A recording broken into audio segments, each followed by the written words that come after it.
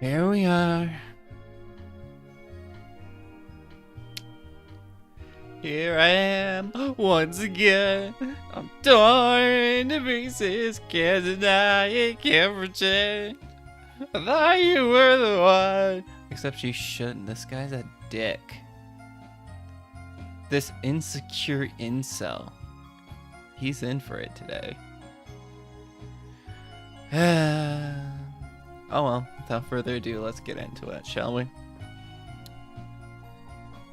Get my happy little controller. Take a sip of my coping mechanism.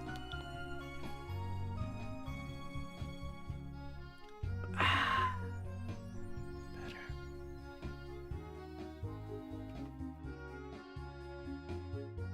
I have a dependency.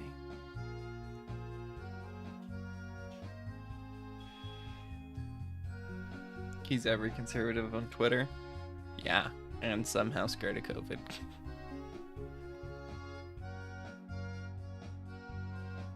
Seems as though the controller will be the only happy thing. Oh boy.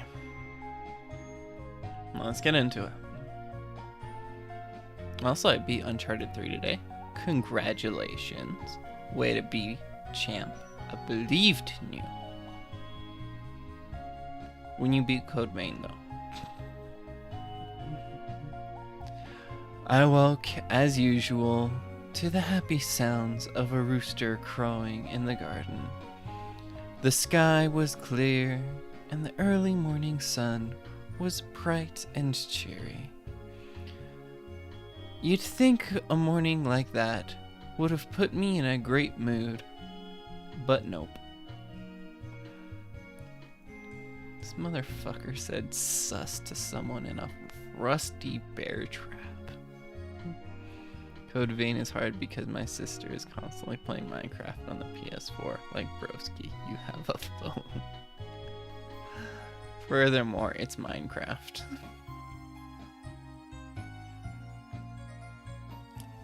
All night, my dreams had revolved around strange bugs infesting the cabin. Hordes of them squirming in through every crack. I must have been tense all night because my neck had a painful kink in it. And I had definitely woken on the proverbial wrong side of the bed. Okay, so like, this is just, you're giving yourself an excuse for when you treat her like shit. Got it. I suppose I'd forgotten about my house guest. You would. Or at least, I hadn't remembered to think about her yet. I was busy making a list in my head of the work I needed to get done today. That's when the smoke alarm started shrieking.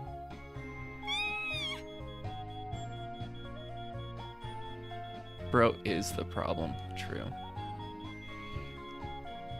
I bolted upright in bed. There was someone in my house, and I'd let her in, and yep, I could definitely smell something burning. I rushed to put on some real daytime clothes and barreled downstairs.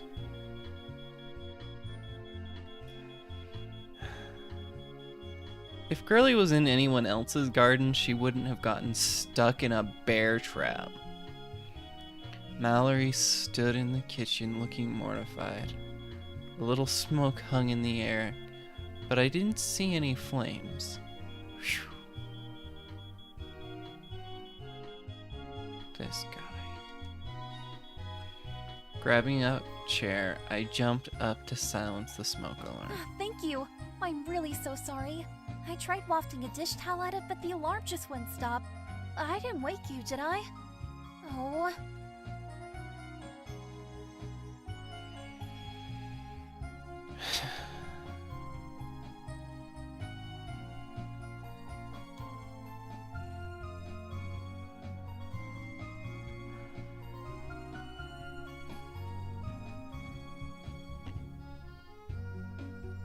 My man doesn't take long. My man shows up and he delivers. Hell. I wasn't really listening to her. I was too busy creating space between us and also looking for the source of the smoke. There was a pan with charred black mass sitting in it. I didn't know what she'd burn, but she'd really burned it.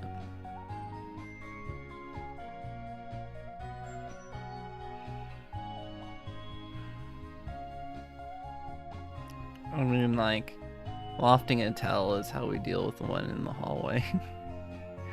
I in particular have a habit of setting that one off. Just saying. Love is trying her best. She really is. What is that? I thought I'd make you breakfast as a thank you. My mom used to have the best recipe for potato pancakes that would always fuel me for the day.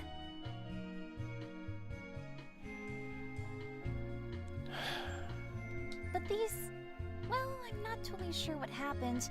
I never used a stove like yours before, so this batch got a little... overdone. Maybe I can scrape off the burnt part.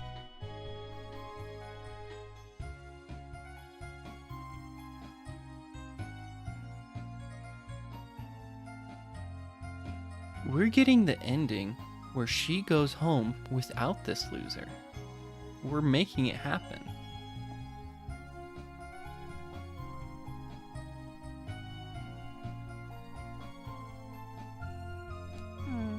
You know what? Forget I said that. It's all burnt part. I'll just clean up my mess and then I'll make you a new batch. And I will definitely be more careful this time.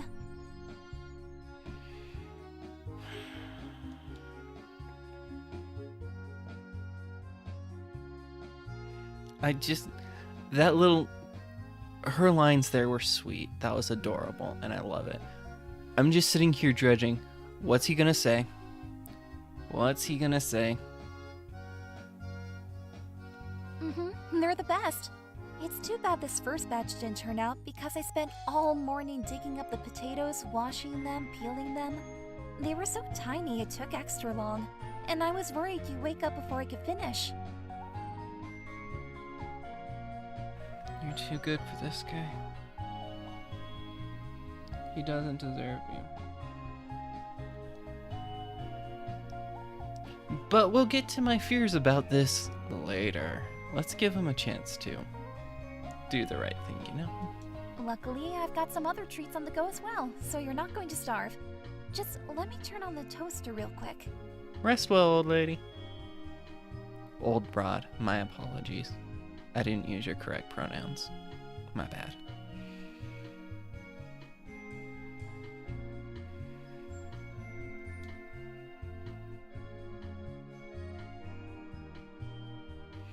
She turned, reaching for the toaster handle, but the microwave was running and the kettle was boiling and... Wait, stop. Too late. She'd overpowered the solar panel's inverter, and just like that, the kettle, microwave, toaster, and kitchen lights all shut off.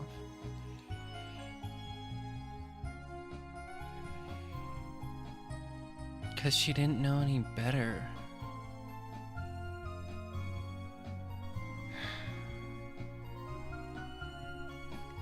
This guy lives off top ramen. That's it. It's the only thing he knows how to cook.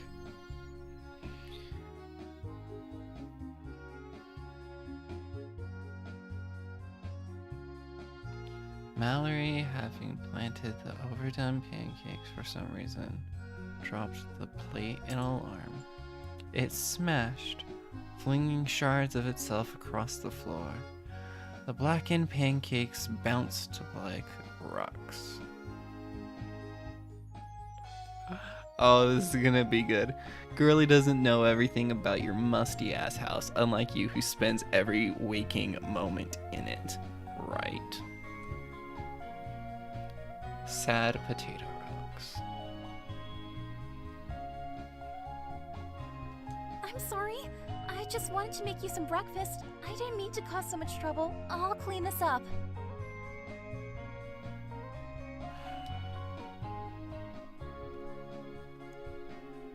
I'd eat the potato jokes. I sighed in frustration. All I had wanted was to make coffee and sit down at my computer, just like every other morning. Get over yourself, dipshit. I couldn't do that now because I had to get the power sorted and check to make sure she hadn't completely destroyed my precious garden.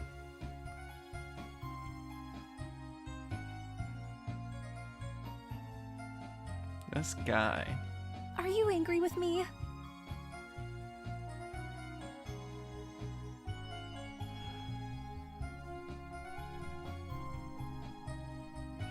You think I'm about to bitch about him again, but actually I'm about to say, whoever this VA is, you're doing great, honey. I hope they paid you well.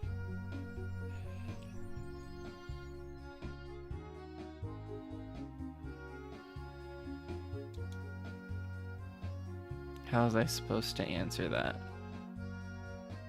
Yeah, you wouldn't know how. You fucking incel.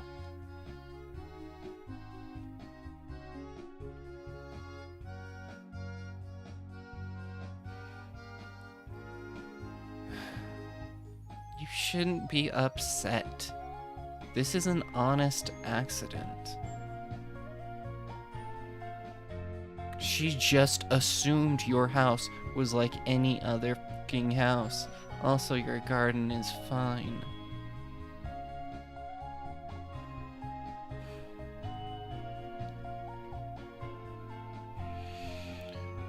I definitely didn't like the situation, but it wasn't like she intentionally ruined my potatoes. Uh-huh.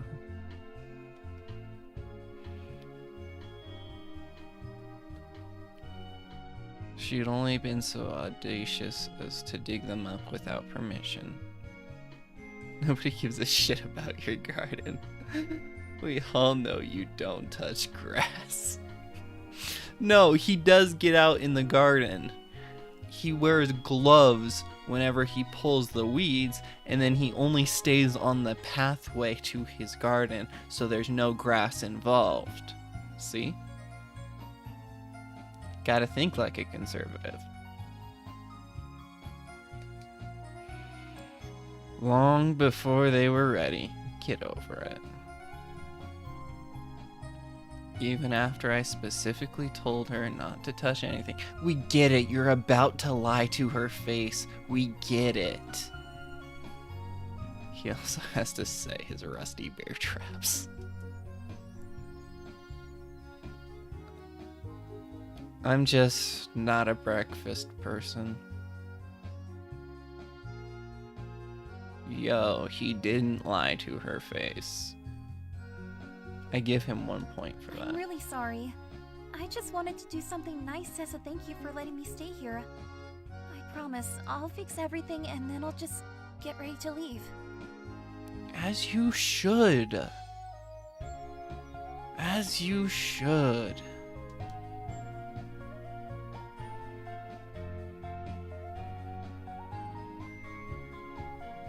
My autistic ass is concerned about your social acumen.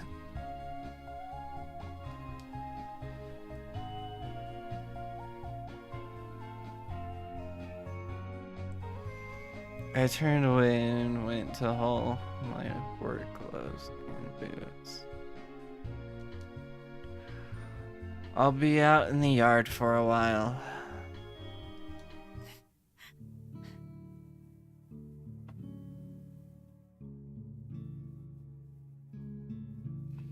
I went out and as I pulled the back door shut behind me, I heard a soft sound from the kitchen, like a heavy sigh or a soft sob.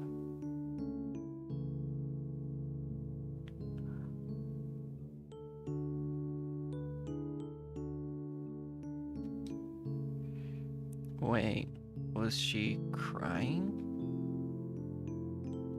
Ugh, what did I get myself into?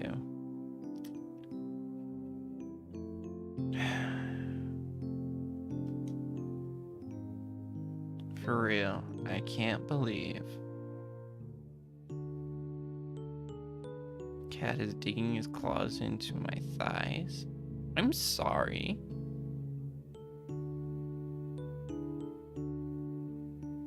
That's the thing with cats though, ain't it?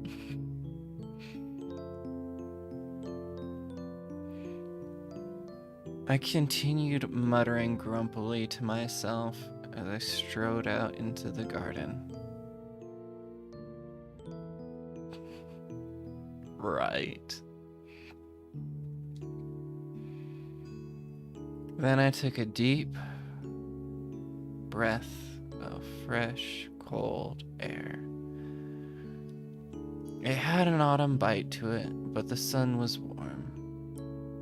I felt instantly calmer. Shouldn't have been upset in the first place. Ah, well, she'll be gone soon anyway, as she should be. I hope he gets caught in a bear trap too. And she walks past.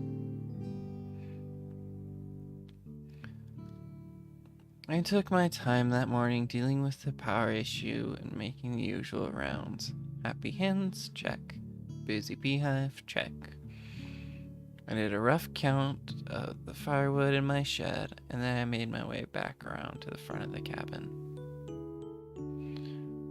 I stopped when I saw the bloody animal trap where Mallory.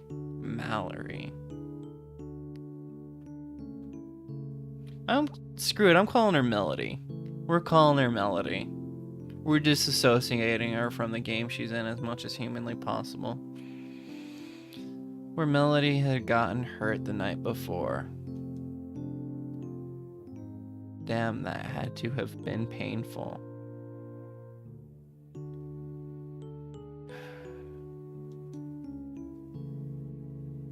No, I'm with you. Let's call her Girly.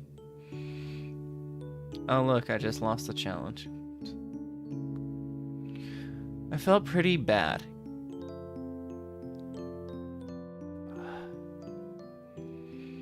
The traps were only supposed to be wards, something to keep my bubble a little safer from dangerous wildlife. I never meant for anyone to get hurt. I looked at the trap, wondering if I should rethink my setup.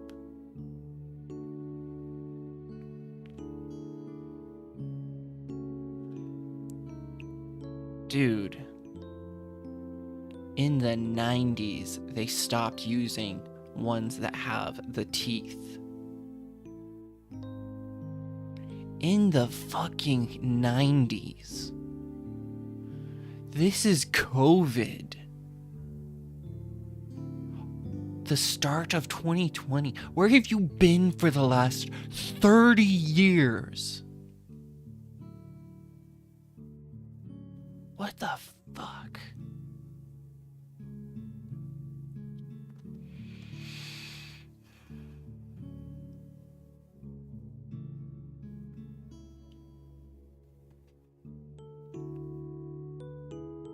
Why is this a choice I get to make? Why? Duh.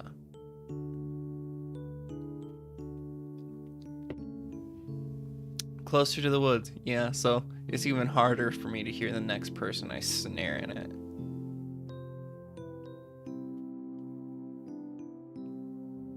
I'm not reading that line.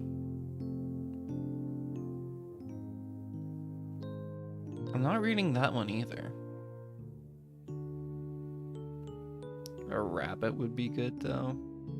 Pop that thing's head right off. Wait.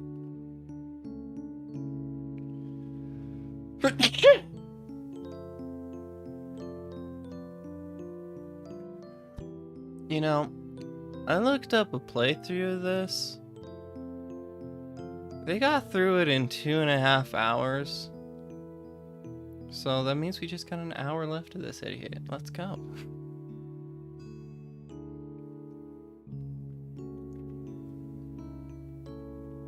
I ignored the sudden craving for rabbit stew and, having finished with the trap, wandered down into the garden.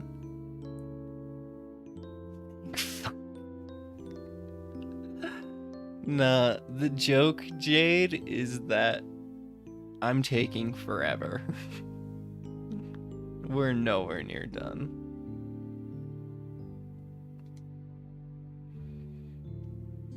Well, I could always plant something new here. It was the right time of year for garlic. The sun had already climbed high into the sky, and I was feeling almost warm enough to peel off my sweater.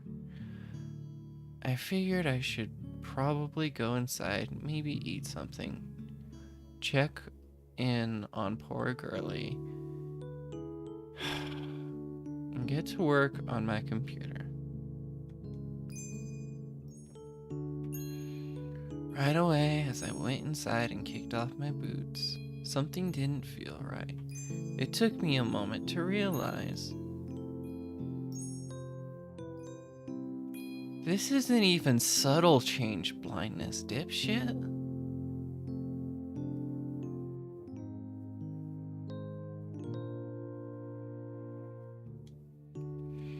The mess was gone.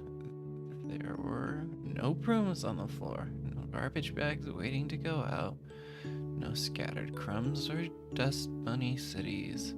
Everything looked so clean. It literally sparkled. But how and why? Had Girlie done all this just to make up for the little breakfast fiasco? Whoa, this is really nice. Like, really, really nice. As I looked around at all she had done, I started to feel like a bit of an ass. Started a bit.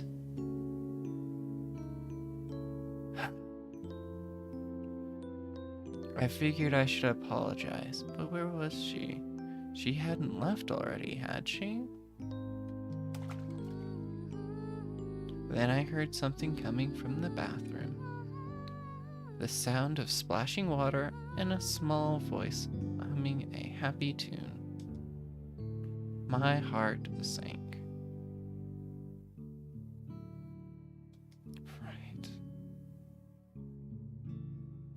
She couldn't. She wouldn't. Without thinking, I threw open the bathroom door.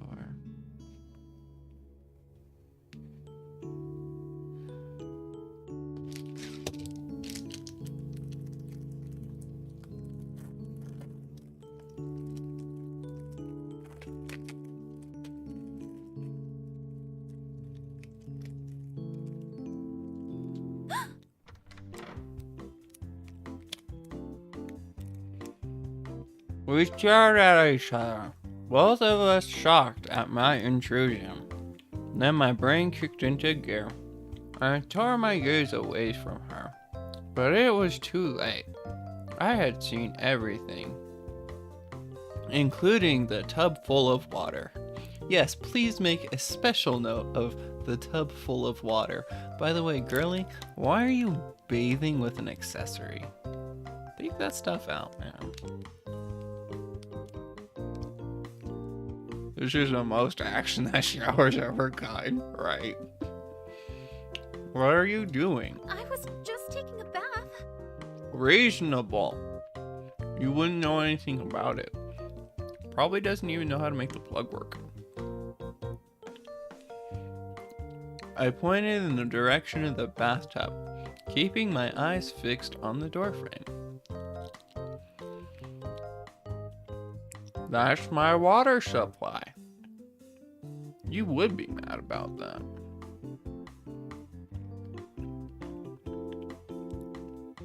Just get a bucket and pour it in your garden, jackass. It's still warm if you want to use it.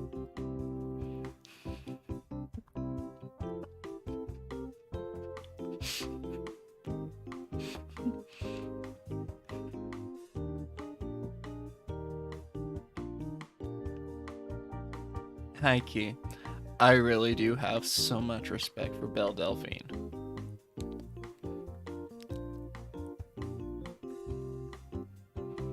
What?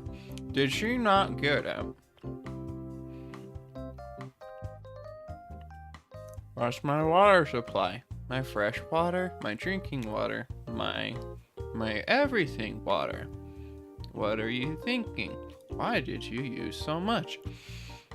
When did you explain to her how your house works?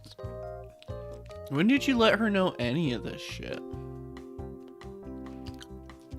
If you don't tell people and then get mad that they don't know, shit's on you, bro.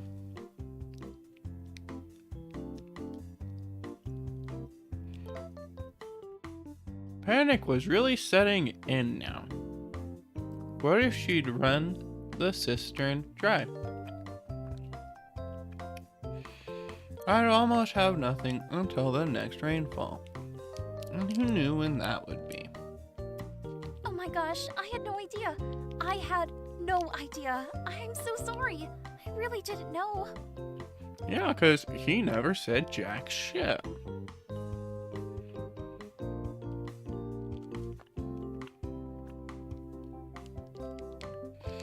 I'd never run out of water before, but that was because I'd always been so careful. This could be the very day I had so deeply feared would come. Bro, you don't have the means to purify river water, you outdoorsy off the grid guy? Fuck you. How do you survive this way? I live in a fucking city and I just pay for water?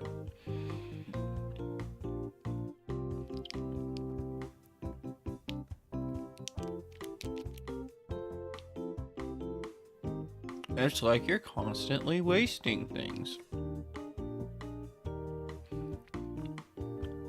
Is this why you were out in the rain last night?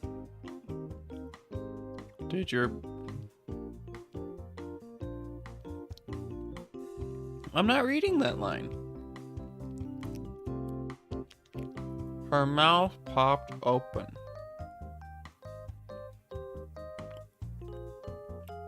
I immediately felt bad for shouting. Damn, I really was in a bad mood today.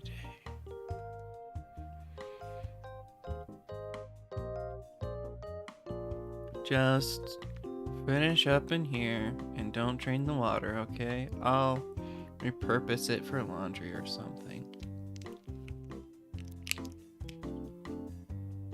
Fucking ass. I didn't want to acknowledge my own anger. No shit. Or the tears that had sprung into her eyes at what I'd said. Yeah, of course you wouldn't want to acknowledge that, beta. In any case, I needed to check the rain barrels. Like, right that second, I turned my back on her and walked away. Bro, it just rained. How little water does your cistern hold? If filling the tub, not even all the way full, mind you. If filling the tub to a comfortable level just taps you out of water, you need a better water system.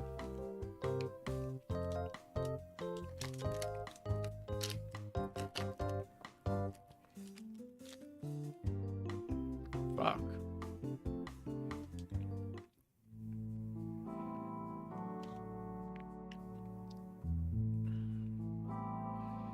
For the rest of the afternoon, I sat at my computer waiting for Mallory to leave. I just couldn't stop thinking about her. No shit. You probably have an erection tent too. We get it, you're the worst.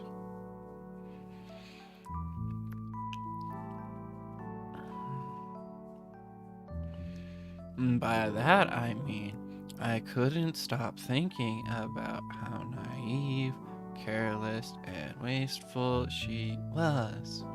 Nothing to do with her shimmery eyes and how sweet she seemed to be, even when everything else was horrible. Nope, I'm coping hard, 'cause I like to watch other people rail my girl.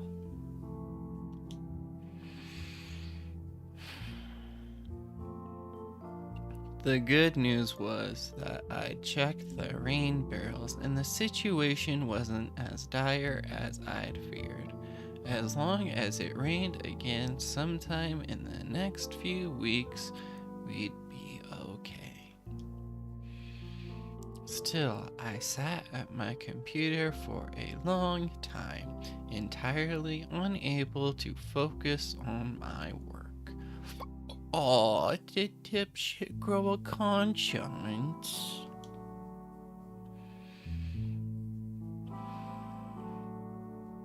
True. When Mallory finally reappeared, she was holding the cardboard box of my old clothes.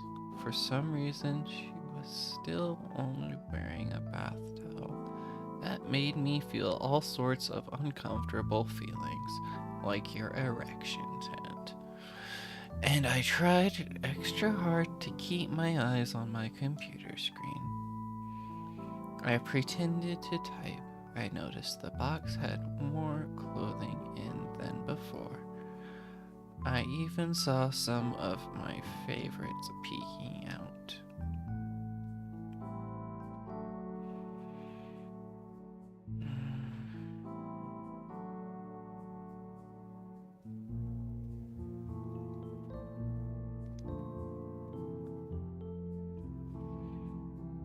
He's gonna turn the monitor off and his hands here. His pants while he sees Girlie's reflection. Fucking true. Fucking true.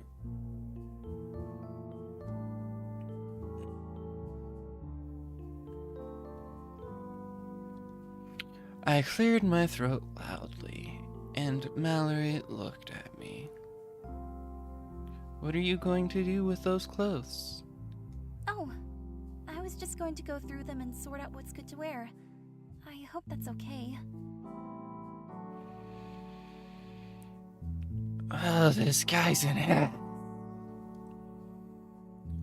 Huh? That didn't sound too worrisome. Maybe she was finally getting ready to go. Right, you're welcome to take anything that doesn't fit me anymore. I'm sure you could use some warmer things to wear out there on your travels.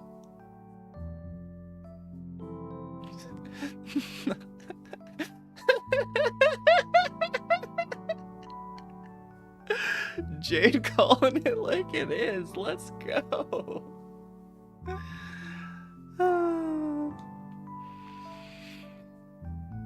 I turned quickly back to my computer, hoping I hadn't hurt her feelings with my not so subtle reminder that I didn't want her here.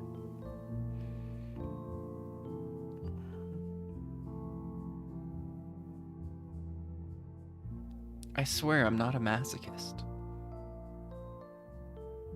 I just thought, you know what? The phone conversations were actually cute and romantic. Those were some fun instances of fantastic writing. Why the hell not? No, I was wrong. I was wrong. I took a chance and it didn't pay out. But you know what? We're seeing this shit through. We're gonna find our ending where she goes home as soon as possible, and we're gonna try to be the best guy we can along the way, because holy shit.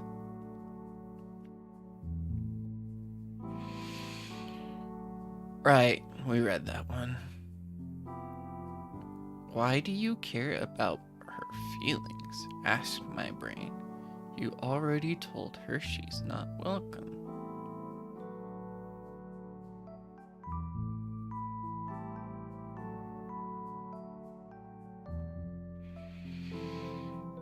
Me too, Jade. Me too.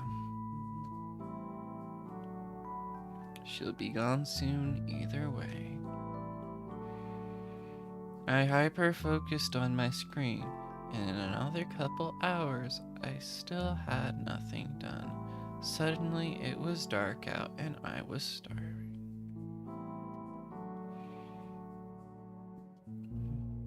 And Mallory still hadn't left. In fact, she was in the kitchen, and there were nice, savory smells wafting my way.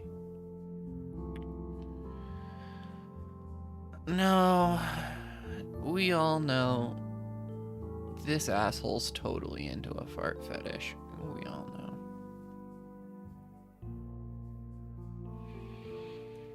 I logged off and shut down my computer, quickly but casually.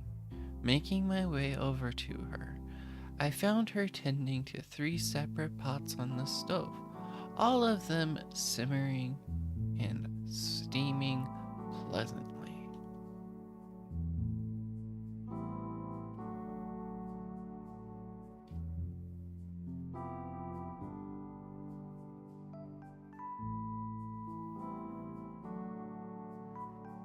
We're the bad guy. Sephiroth would look at this guy and go, savage, bro. Kefka would be like, huh? Excuse me?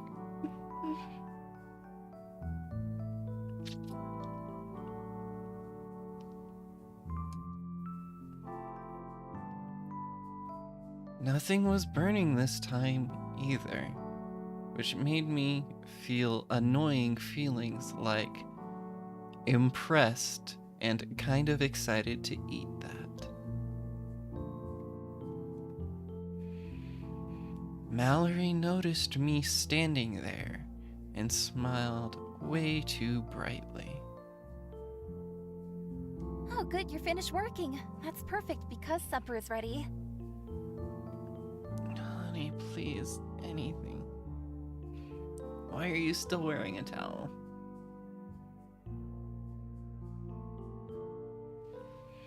First woman to ever smile at you? True. Not even his mom smiled at him. She started dishing out the oddly fancy-looking meal onto 2 large plates. She realized bro's clothes are too smelly. Like, yo, fair, and I mean, he apparently doesn't have enough water to get things done, so not like she can clean them. You know what, Jade? It kind of makes sense now that you put it like that. Thanks.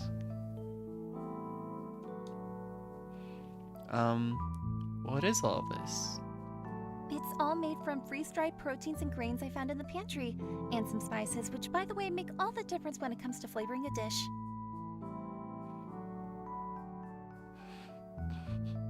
She's really out here teaching my man how to cook. Oh, and I only used things that were already open, so I hope I didn't overstep again. I can tell you work really hard, and I know I made a mess of things, and I just really wanted to make it up to you.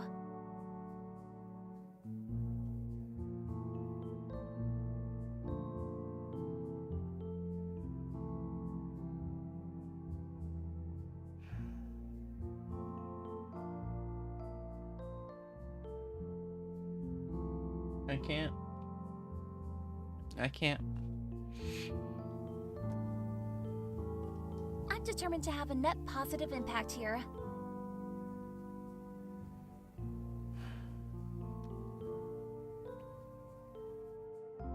She thought I'd been nice. This guy's self-awareness is painful. Right, Jade? I was suddenly very concerned about how low the bar was for her.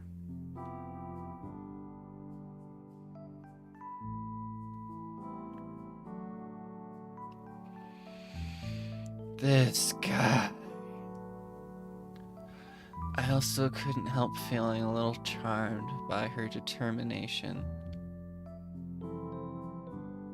I wanted to let her know that I did actually appreciate her efforts, but I'm too much of a beta to say it.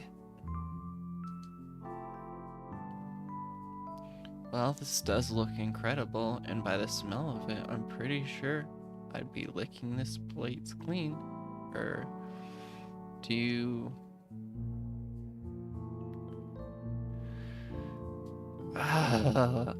No, she didn't, because she's scared of using your water, dipshit.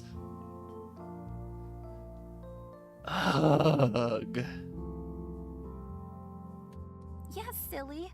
And I still don't have any symptoms of any sicknesses either. I hate this guy. So come on, let's eat. I want you to enjoy it while it's hot.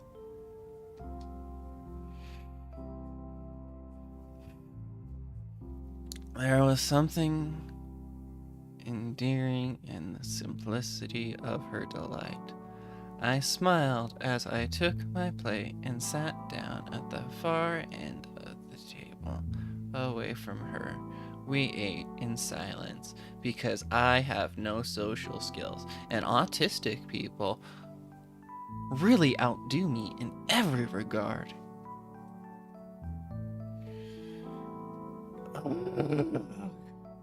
Okay, like, I know people had it hard with COVID. Like, that's totally fair and understandable, but, like,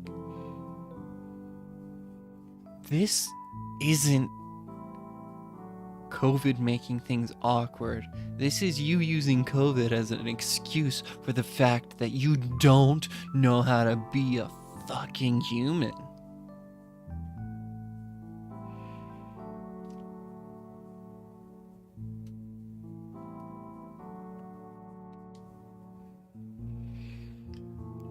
The food really was delicious. I wouldn't have guessed she'd had it in her, not based on that morning. I wonder if I should try to get some answers out of her now, I thought, and cleared my throat. How is your leg feeling?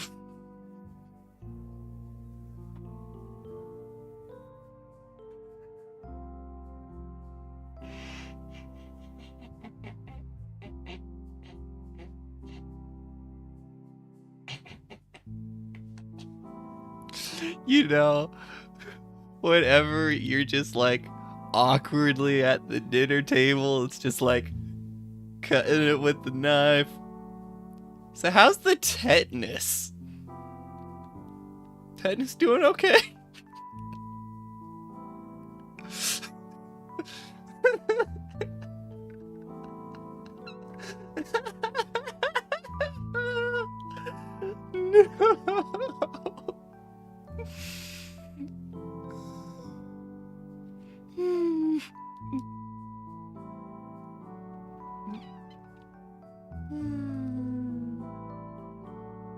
It's not too bad.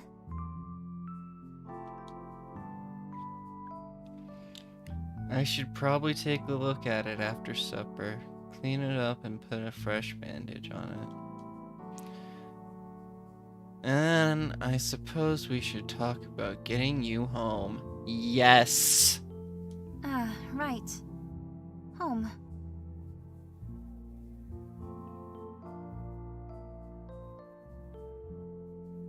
That was good delivery. That was like, well done.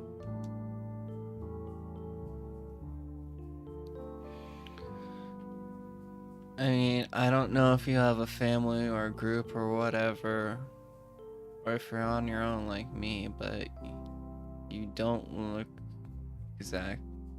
exactly look like you live in the forest. So where are you headed? She lifted one shoulder, visibly uncertain. Surely there must be someone somewhere. I'll figure something out.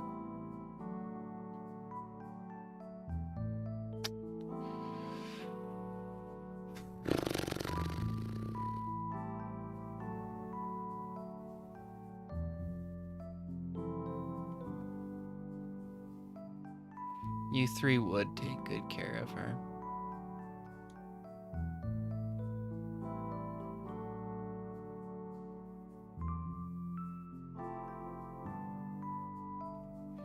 Riders, I found a plot hole. Hang on now. I want to make sure you're going to be okay. I thought you just wanted me to leave.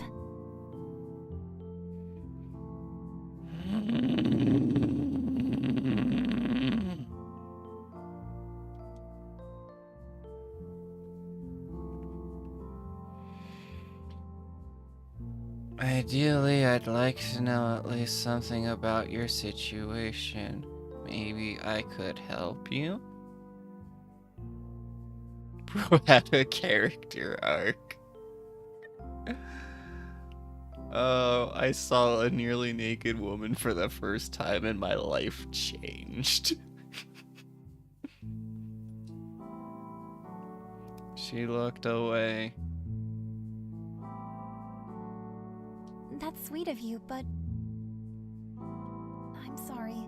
I'm just not ready to talk about it. That's worrisome.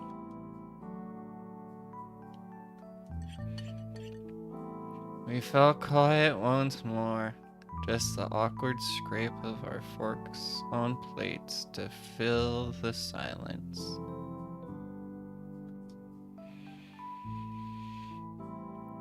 I considered her as she sat across from me. So beautiful it was as if she were a digital painting.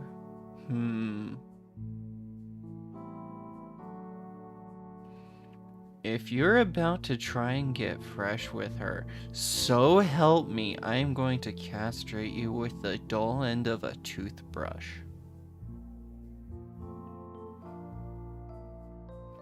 Bro does love NFTs.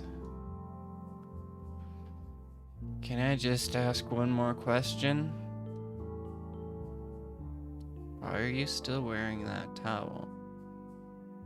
'Cause your clothes fucking stink and I'm scared to use your water.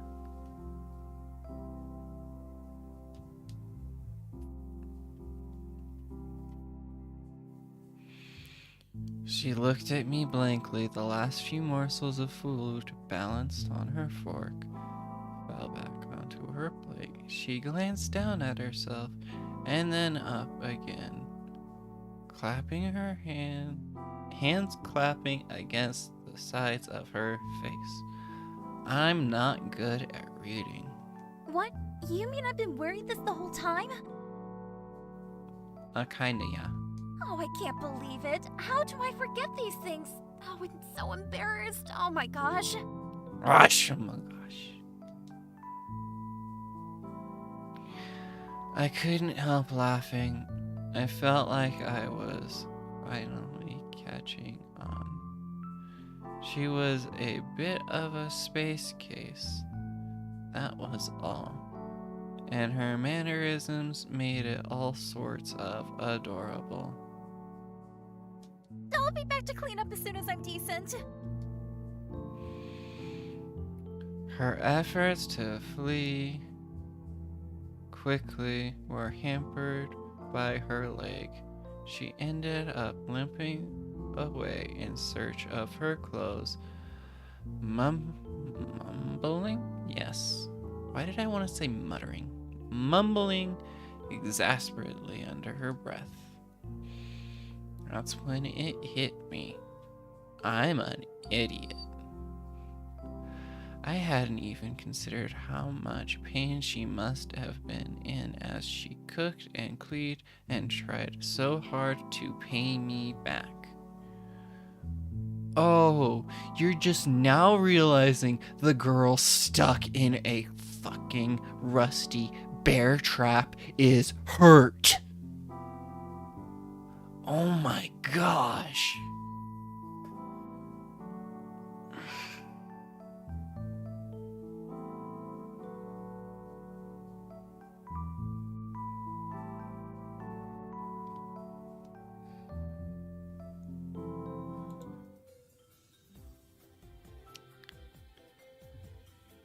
Okay. So, real talk for a minute.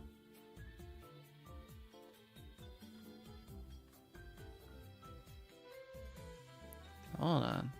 I need to fix my audio stuff. One sec. There we are. Just so I can be a little more reassured. Okay. Real talk. Why does that bother me as much as it does?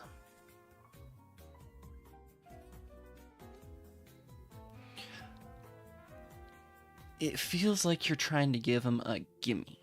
You're trying to give him an out. You're not... I don't believe anything within him has changed. Like, you saw her bleeding, and the next day, after you snap at her for the stupidest shit, you start to realize maybe she's hurt. And like, if you're trying to go for being incredibly unaware, like anti-self-actualization, like, okay, but like, give it some progress. Like, he's been getting a conscience out of nowhere. None of this feels earned, and none of this feels like a genuine development of his character. He's just like, well, I guess I'm not an ass now. I saw your ass, so I'm not an ass. It works like that, right?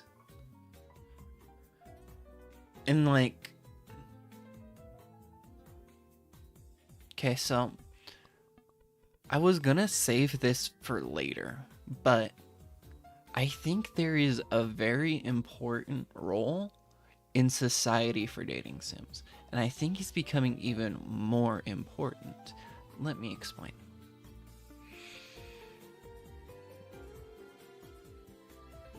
We tend to not like talk about super obvious shit.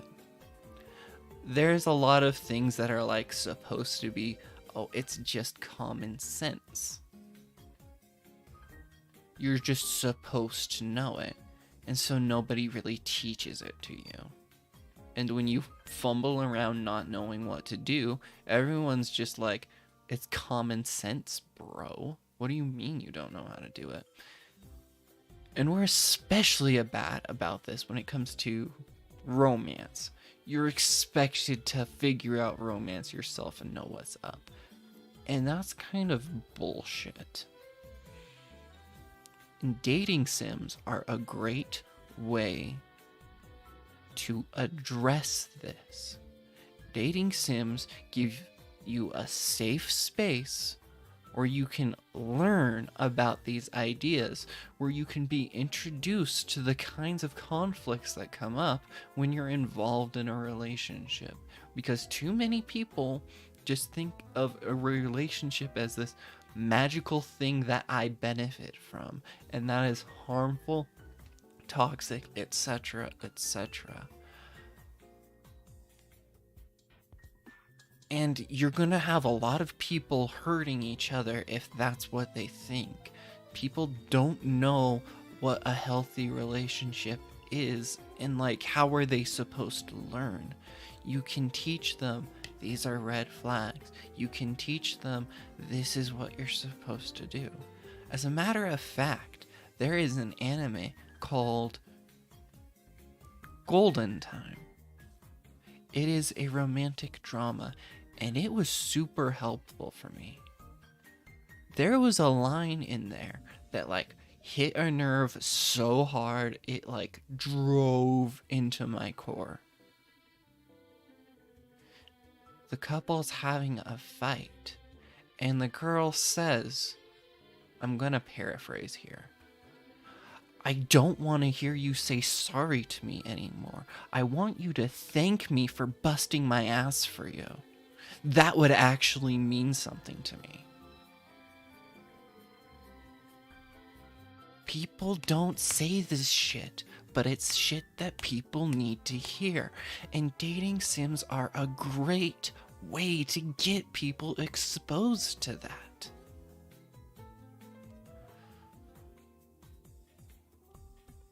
And it's like,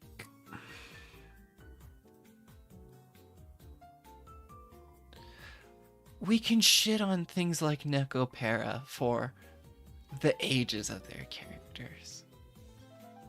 But like, at least Nekopara has the decency to say, think about her feelings.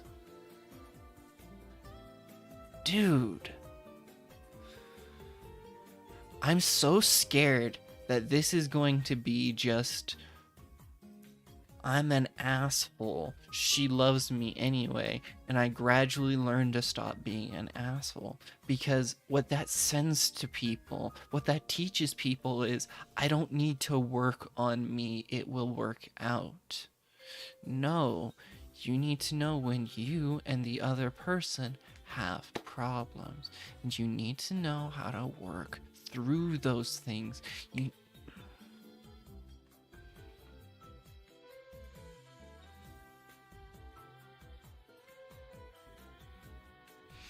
Here's a very simple fix you could have done so easily. When he was having his little episode that the power freaked out, get her more involved. Have her help him get things back. And have him go, shit, she's actually trying, isn't she? Maybe she is sorry. Maybe I'm overreacting. Then it would feel justified. Then it would feel earned because he's actually learning through experience. This is just like, she made dinner and he feels conscious. What? Is Jiminy fucking Cricket the one teaching him how to feel emotions? What? Excuse me? Okay, I'm done with my rant. I'm gonna catch up with Jade. Okay.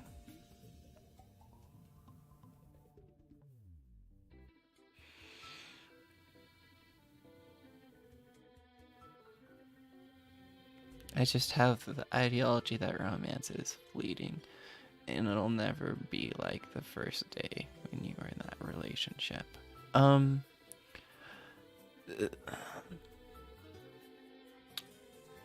It comes down to your framing.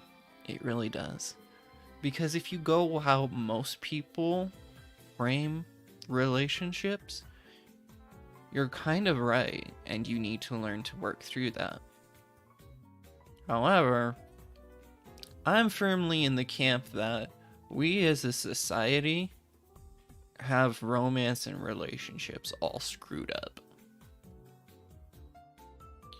I am of the opinion that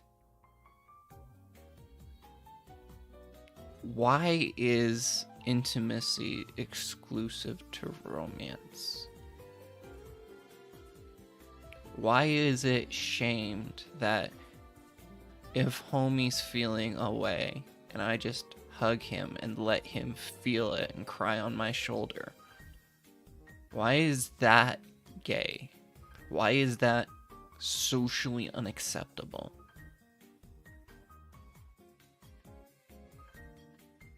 Kissing should be platonic, damn it.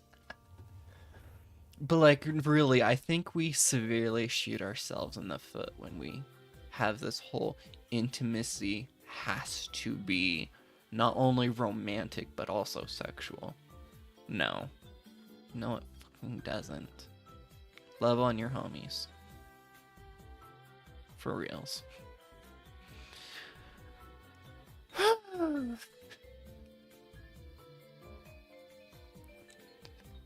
This really just is turning into John's opinions on dating, isn't it?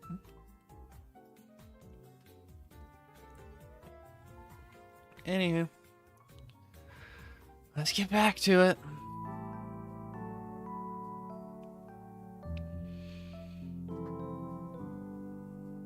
Okay, we read this one. Pay me back for what, though? I had only wanted to help, and I hadn't even done a great job of it. You didn't want to help. You were begrudging every step of the way. You didn't want to help. This is what I mean. Nothing. At no point, all you've done is snap at her. You wanted to help her? You complained that she was causing you trouble just how long ago? You've only been wanting her to leave. You didn't want to help her. No, you didn't. And that's making this feel like it's just, we need to force the plot to move forward.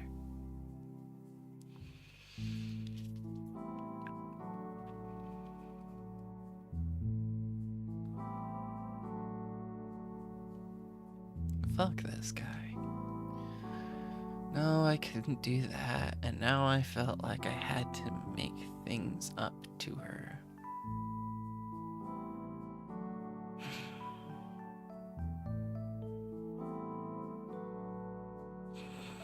I'm buffering because I moved into a different room. Let's go.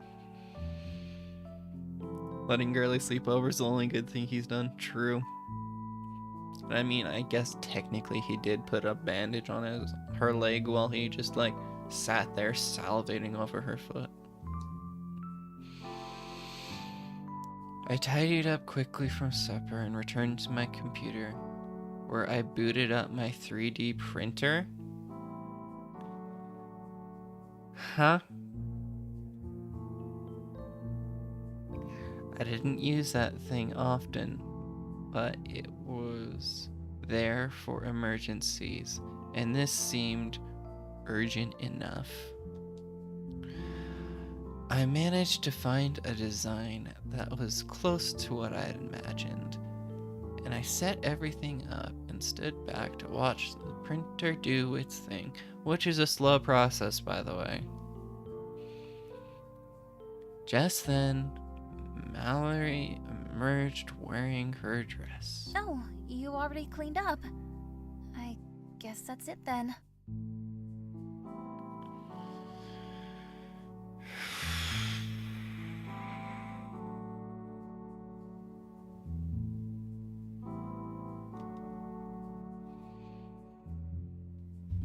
She stood beside the table, leaning on it for support.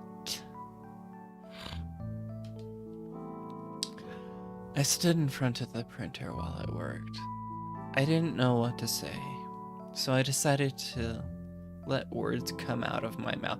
Worst choice, dude. No, you are socially inept. You need to plan out all of your words because you don't understand the basics. You don't understand step 1.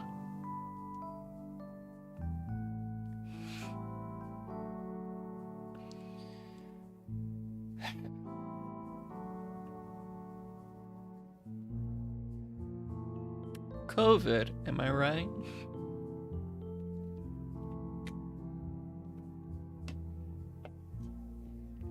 You should stay. Also, I'm sorry. I've been a total asshat to you. Factually true statements. But here's the thing. It's not earned. He suddenly had a change of heart because she cooked good. He doesn't want someone to be in a loving relationship with. He wants a warm place to put his... and someone to be his mother. That's fucking it.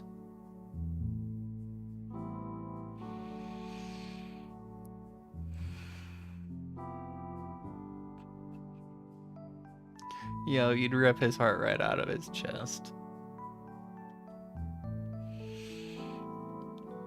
She looked up at me, nervously clutching the sides of her dress in her tiny hands. Her mouth opened and closed like she didn't know what to say either. So I just kept going. No, you've said enough. You're gonna screw it up. I don't trust you. I don't trust you with another word, man. Stop.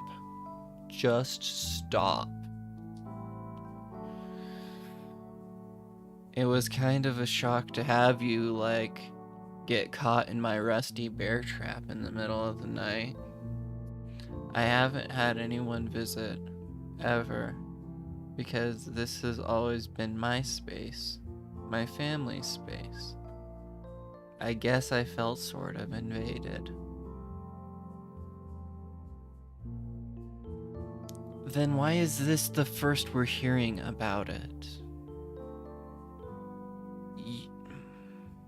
Back to writing. If that's how he felt, indicate it. Us, the viewer, don't know that. Us, the viewer, are learning this for the first time. And aren't we supposed to be sympathizing with the protagonist? Isn't the protagonist like a self-insert? Why are we now learning how the protagonist has felt this whole time? Oh my gosh, I'm gonna start making fucking video essays. I'm sorry, Jade. You need more hard drive space.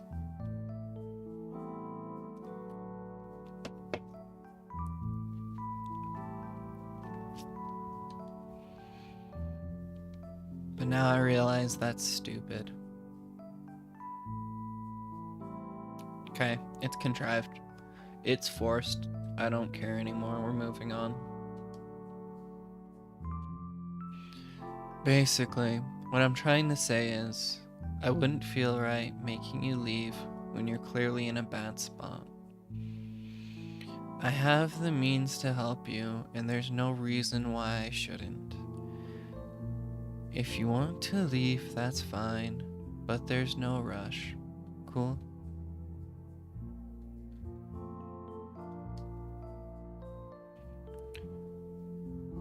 She smiled softly, her eyes seeming to glitter. Cool.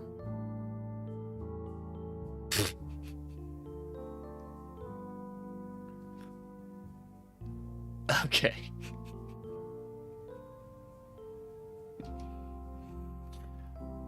Behind me, the 3D printer finished its work. I turned around to take the sheet of gauze with the cute potato pattern I printed, hoping it would amuse her and lighten the mood. Hold on. 3D printers make shit out of plastic. How do you print gauze on a 3D printer?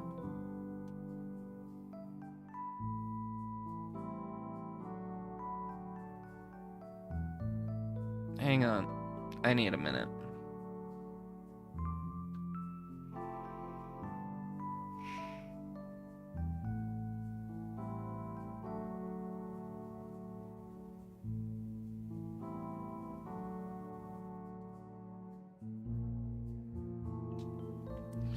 The more I think about it, the more baffling this game becomes. I can't. I don't know. Can I redress your leg now? Homie, just have her do it. Don't you fucking touch her. The pattern on the gauze made her giggle. She nodded and sat down, propping her leg up. I prepared once again for uncomfortable closeness that was necessary for the task. I scrubbed my hands, blah, blah, blah, COVID. We chatted idly as I cleaned and packed her wound. Afterwards, I got her set up on the couch and bid her good night. I wasn't exactly tired, but I figured it was better to leave things off on a pleasant note before things got awkward again.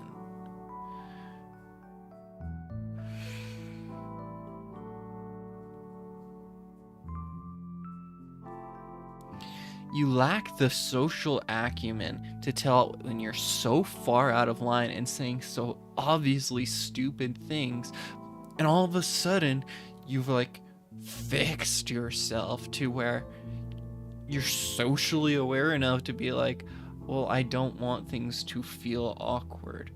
Bro, you've done nothing but make this miserable.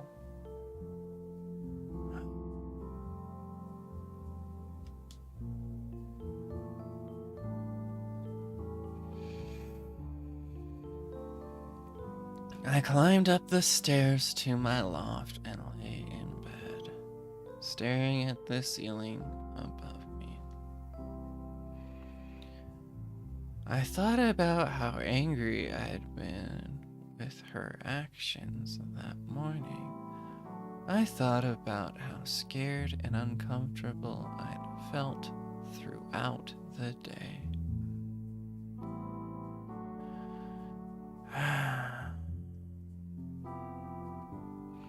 How was it that now, a matter of hours later, I could feel such gentle fondness for the very same person who made me so upset?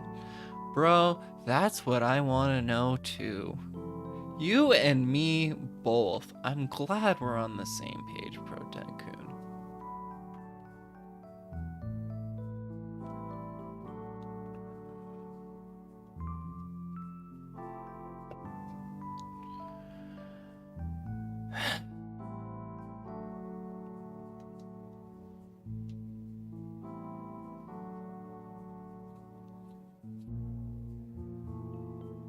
I've spent so much energy hating this dude, OMFing.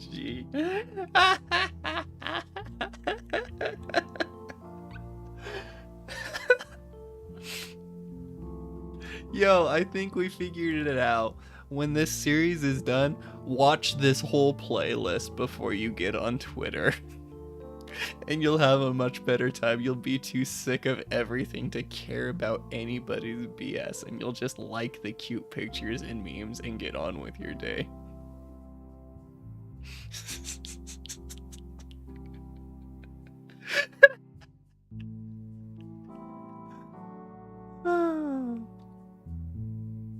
Yeah, you're probably right, I thought in reply. And with that, I closed my eyes and waited for sleep.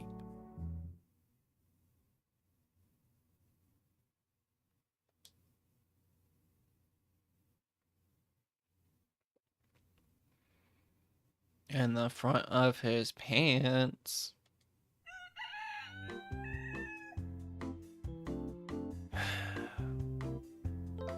Okay. I slept soundly that night and woke up feeling surprisingly good. The sun was shining, my body and mind were refreshed, and once again, something smelled delicious in a kitchen-y kind of way. Hey, I could get used to this, thought my brain. I hate the words in sequence, thought my brain. Can we not? Can we never again, please?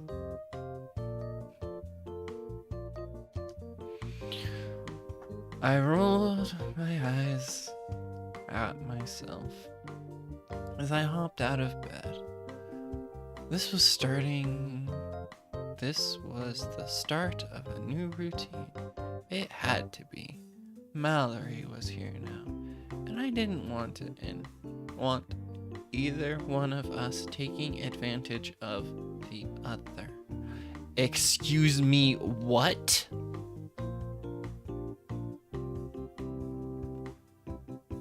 Where did this come from? Excuse me? No. How about no? And let's try no. And with it, I do believe a side of no. I wondered if she'd like to learn about the systems I had set up for off-grid living. You know, the thing I should have showed her yesterday.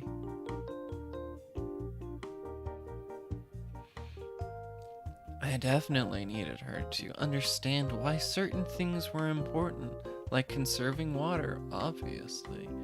But she might actually enjoy being involved with the work I did on the daily.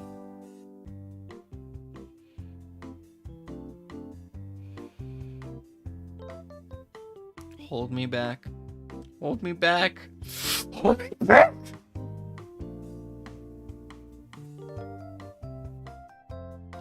Yeah, I really got the much to peek there, didn't I? Maybe we could share the load. She could be the Sam to my Frodo.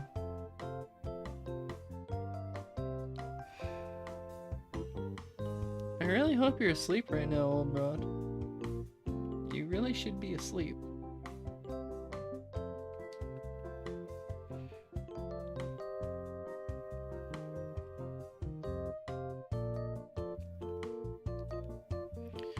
My heart felt kind of bright and big at the thought of having a friend, even if just for a while.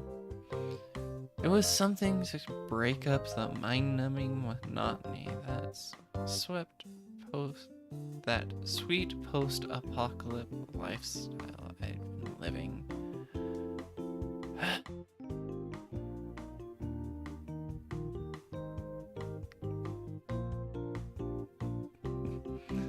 My mic is fine, hun. Don't worry. I could be a teacher. I've taught a few online courses before, for beginners wanting to learn C++.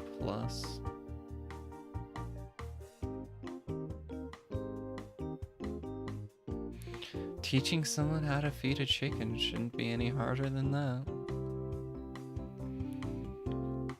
I tread softly down the stairs and snuck into the kitchen. Some egg medley bubbling away in the skillet, and a pot of rice was boiling over. Mallory stood there with her back to me, struggling to reach something high in the cupboard. Your pot is boiling? Oh, you surprised me. Good morning. How did you sleep? Where's the pot?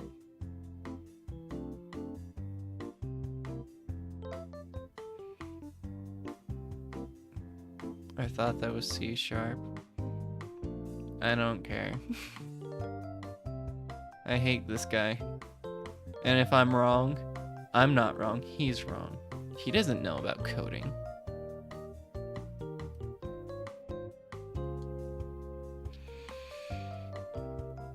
She moved back to this... Okay, hold up.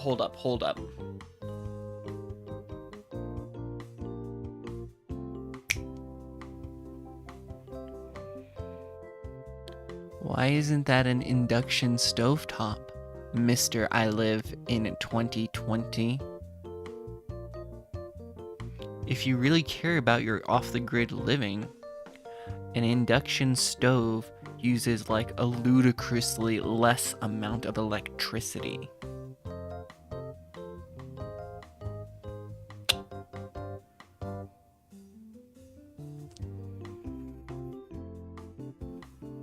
She moves back to the stove to transfer the rice off the heat, and she picked up the skillet and gave the eggs a good toss. I slept okay. How about you? She smiled, wiping her hands on her apron. It was my mother's apron, actually, and I was pleasantly surprised to see it. It'd been tucked away in the bottom drawer I'd forgotten about for a long time. Great. You're Our couch is super comfy, and that blanket is so cozy and warm.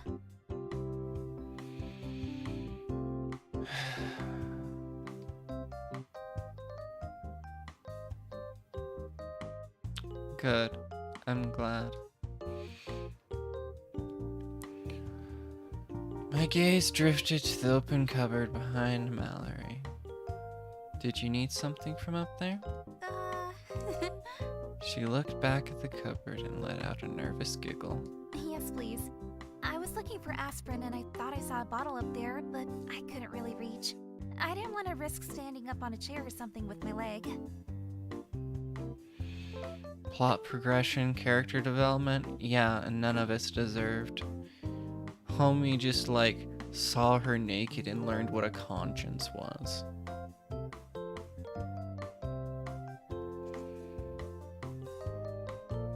Don't say anything about character development. John will go on another rant. No, really, we had a TED Talk and it was lovely. Is it getting more painful? I did notice a little redness yesterday, but I didn't think it was infected. Unless, wait, you're not feeling sick, are you? No, it's just the leg. It's a bit achy.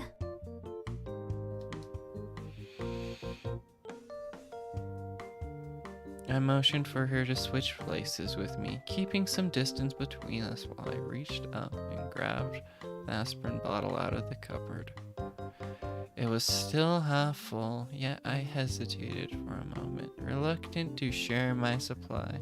But then I could order more, along with the first aid kit I needed to replace. So are we still on day 2? No, we're on day 3.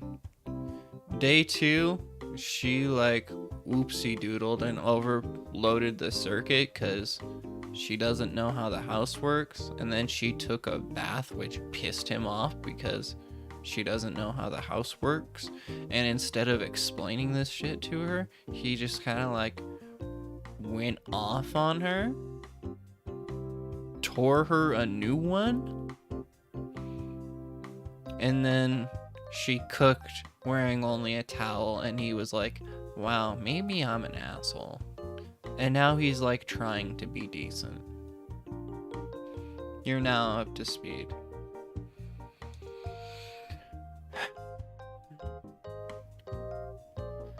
I set the bottle on the counter and stepped away so Mallory could take it. She smiled so brightly that dimples appeared in her cheeks. Thank you so much. You're the best. No.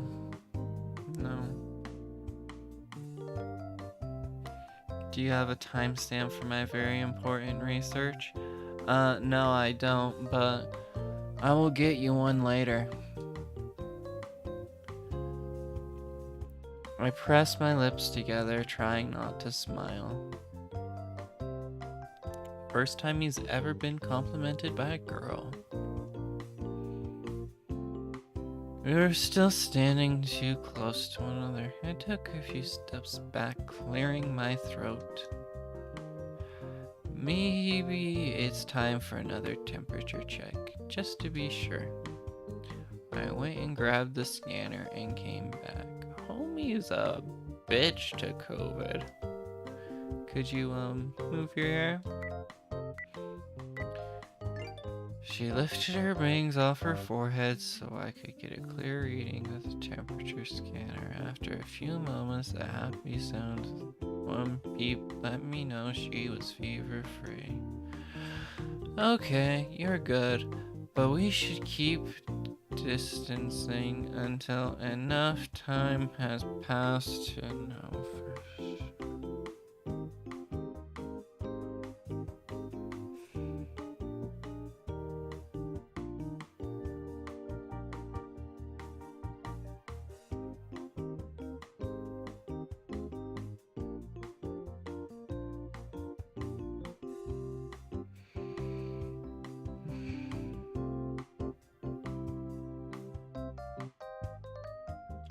You're living together. If She's sick. You're getting it. Done. Yo, those eggs are gonna burn? True.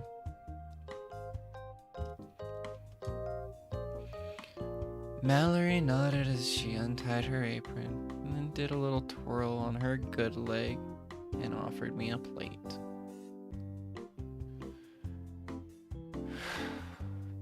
Too cute for this game. How's this for a second attempt at breakfast?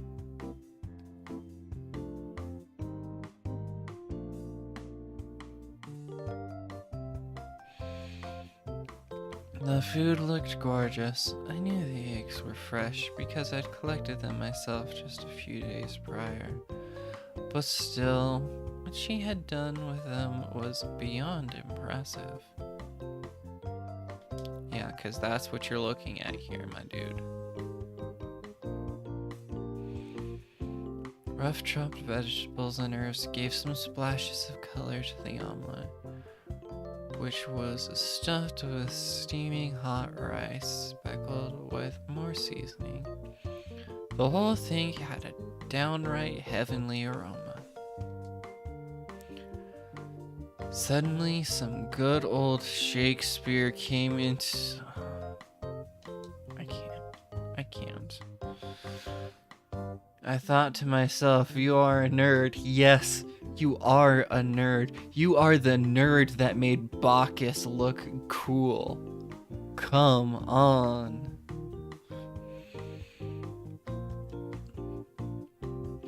Well, you seem to have learned to use the stove properly. My man, come on. She blushed. Oh no, I hope I hadn't embarrassed her. I'd meant it as a jokey, compliment-y thing. You've been alone too long, I said to my brain. I need a hickory smoked beef bacon Texas style waffle with extra butter topped with maple syrup.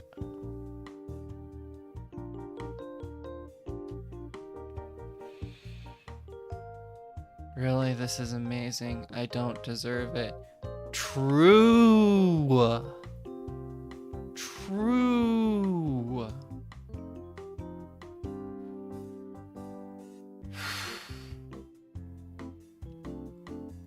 We enjoyed our breakfast at the dining room table, sitting across from each other just like the previous night.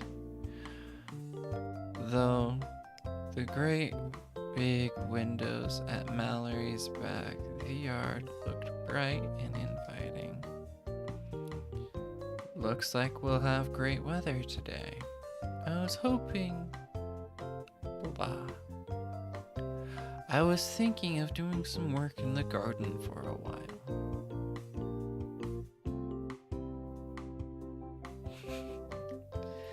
It's okay, Ron. Nobody knows.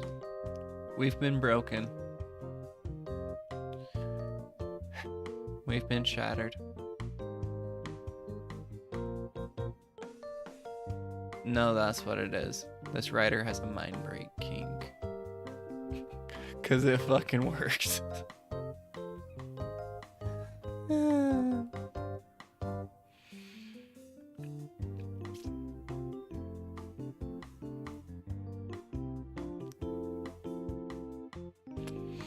A place like this needs a lot of maintenance. 10 acres of green space, all off the grid systems.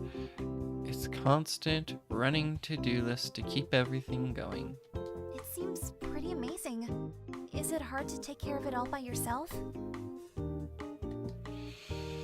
It can be hard work, but it's worth it. My dumb friends made me hang out. I wish I was a loser so it wouldn't be late to stream. Yo, Ron. I'm happy that you got to spend some time with people. Welcome back. We're being proud of Ron. We're appreciating that. We're being happy for him. We're happy for Ron. And we've established this writer has a mind break kink. I'm sticking to it. Well, what What can I do to help? Just keep being perfect. You're fine.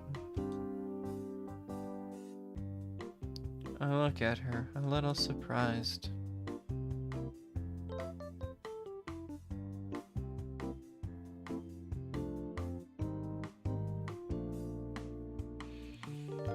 I suppose you could join me if you'd like. Some fresh air might help you feel rejuvenated, speed up your healing. I could show you a little bit about my setup too, introduce you to the hens. All shit you should have already done. She's startled, as though I had woken her up from a daydream. Can you use startle like that? That's weird.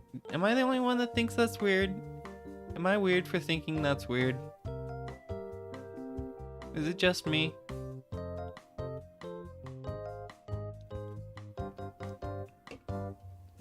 I've lost my patience with this game, true. Her eyes, bright and beautiful, locked onto mine. Wow was all I could think. Because you don't understand, girls. You have hens? Like little chickens that actually run around going cluck cluck? For real? Yeah.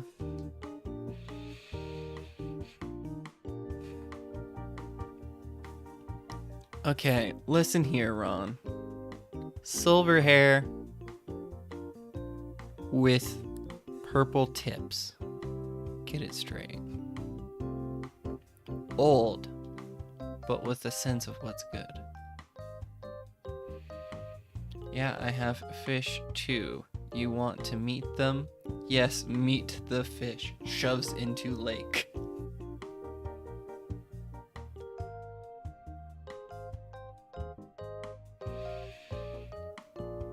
She raised excited fist, practically bouncing in her seat. Yes, I do. I really do. Okay, let's head out then. She jumped up, the very definition of bright-eyed and bushy-tailed. Her enthusiasm was infectious. It made me feel more lively too. I thought about insisting that we both mask up if we're going to be spending the day in close proximity. But I thought about it some more, and since we'll be outside with lots of space around, and since neither of us have any symptoms, I imagined it would be fine. Besides, we're living together and constantly in close contact, and with all of these sparkling particles in the air, I'm quite certain you don't have any sort of HVAC system up in this thing, so this still stagnant air is definitely gonna get the two of you sick.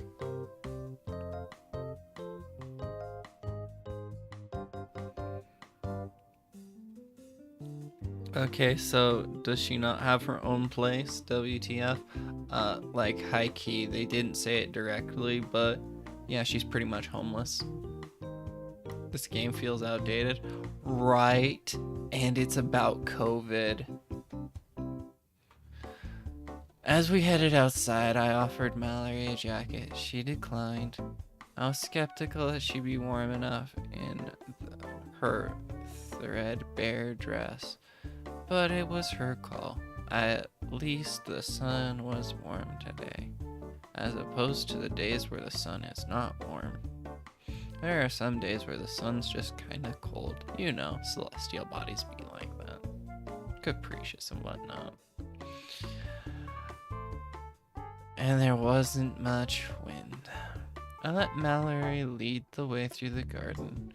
She would stop to examine all the different growing things, all the fruits and vegetables. More than enough for one person. I offered an overabundance of produce, so I would end up canning a lot of it. Except for those potatoes Rip, get over yourself.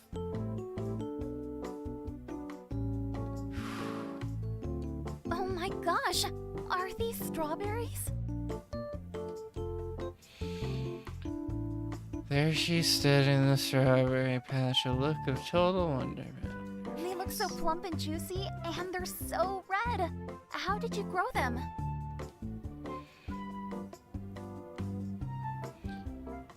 They're actually the easiest thing to maintain around here. They grow like weeds pretty much every year. I get 3 whole harvests out of this patch. Fun fact, strawberries need a lot of water. Really? What do you do with all of them? I make my own jams, put them in salads, make smoothies, things like that. I dehydrate some for easy snacking too. But I think they're best right off the bush. You're welcome to have some. Her eyes widened. They were huge, and they were actually twinkling now. How did she do that? Jonathan, when he loses multiple games in Doa. Bro, let's have a real talk, okay? If they did some sick combos, I'm hype when I lose in Doa. High key. Something, this game sucks, something, I want to kill the protagonist, something, girly, join the bowling.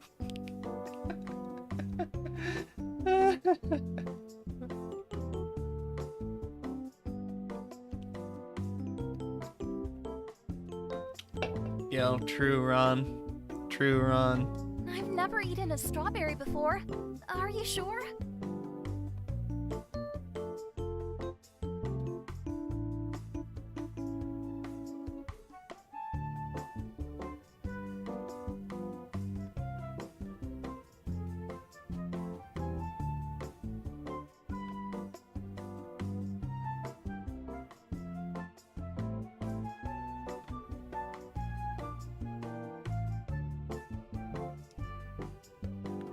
Never? Jeez. Yeah, help yourself. Just put your index finger and thumb right behind the stem and pinch it off. As the picture proceeds to do exactly not that. I watched her reach out in search of the perfect strawberry to pluck. Watch out for slugs. She paused, sticking her tongue out at me in jest.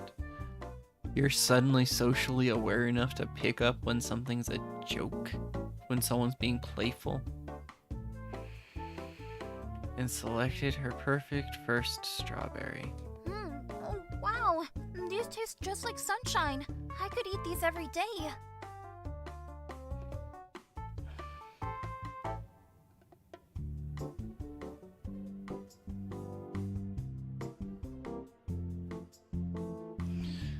The tonal whiplash is too much.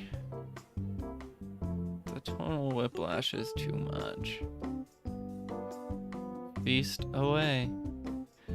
I couldn't help but want to offer her everything just then.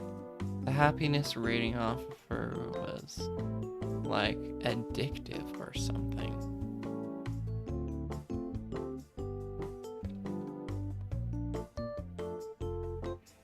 If only I wasn't a dick for 2 days in a row. Oh, look. This one's shaped like a heart. Ooh, this one here is huge. Look how shiny and red it is. It's like something out of a picture book. Oh, there's a little bug munching on that one. Enjoy your meal, little bug. I smiled to myself while Mallory chatted away, eating strawberries by the handful. I picked up my rake and started taking care of the fallen leaves that were encroaching on the garden. Mallory noticed and came over. Can I do that? Bro really just wants someone to be his mom. Her smile was brighter than the sky above us. Oh no, that's okay. You need to go easy on your leg. My leg feels fine. Please? She just looked so earnest. Reluctantly, I passed her the rake.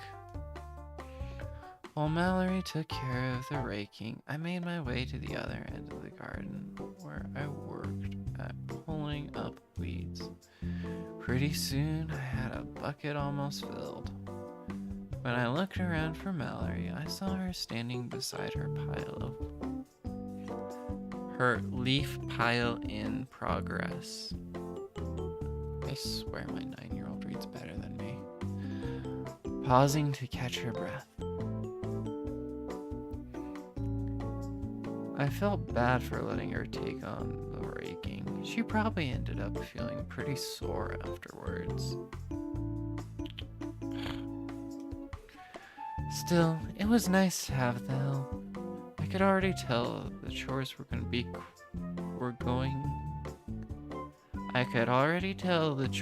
go quicker this way.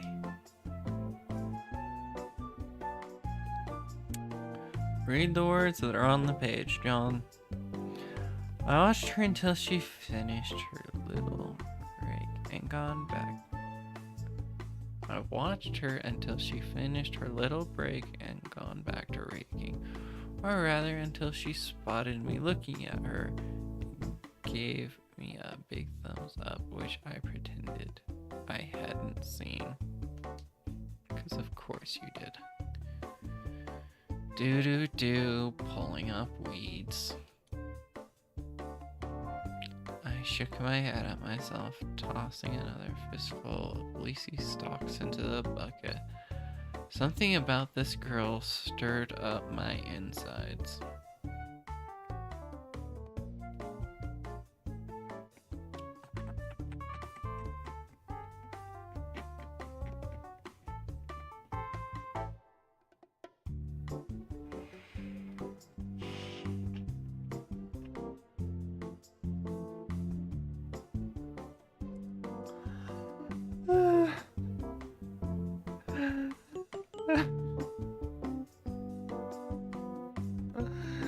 Okay, so funny story. In Hacky Sack, everything has a dirty name. Because principally it's a group of people getting around to play with someone's sack. So of course everything's gonna be called dirty. And like, I kind of got so accustomed to that I stopped thinking about it. And then there was one day at work when I talked about pegging somebody, and it's like, oh right, I kind of need to give context for that, don't I?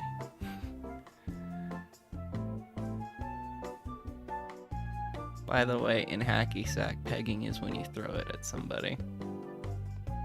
Shit hurts.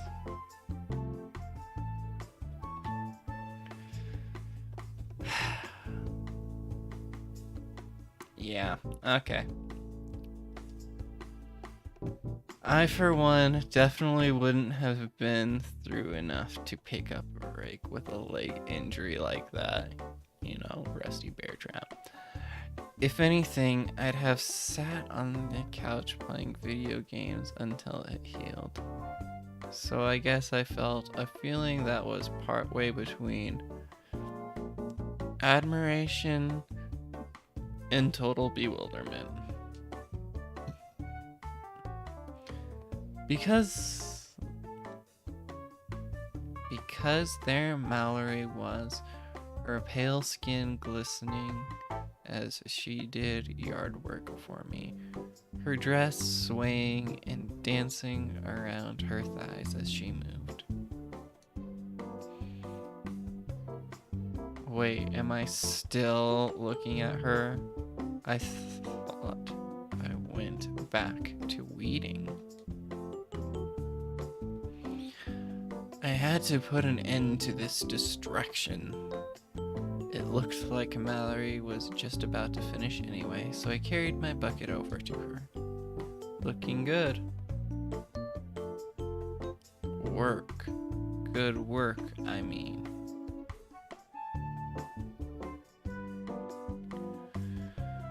Oh, this guy's so awkward it hurts. Let's move all this stuff into the compost bin. Okay, what's that? I showed her the bin, and as we filled it up with weeds and old leaves, I gave her the rundown. Basically, I put all the dead plant matter and vegetable waste I have into the tumbler.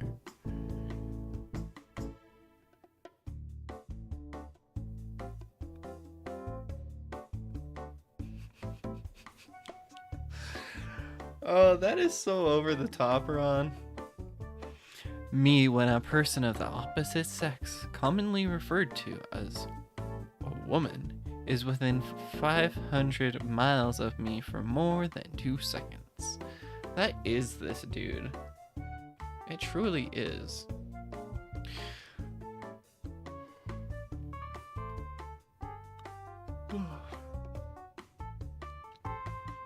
I spent so much energy hating this guy that I'm tired. Shit.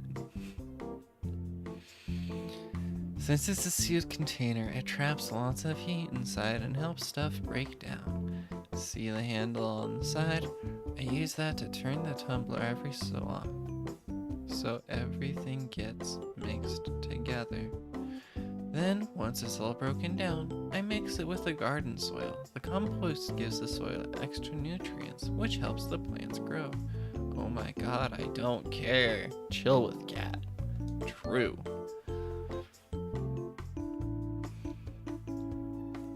It's kind of like the cycle of life.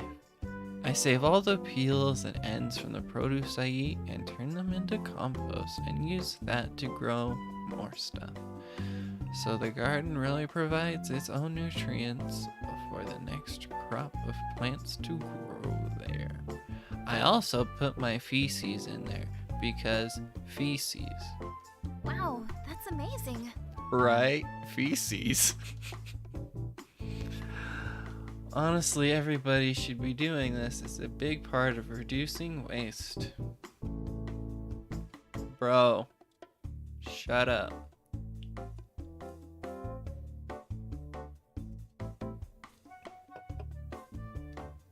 It's like a big, friendly leaf monster. Num num num.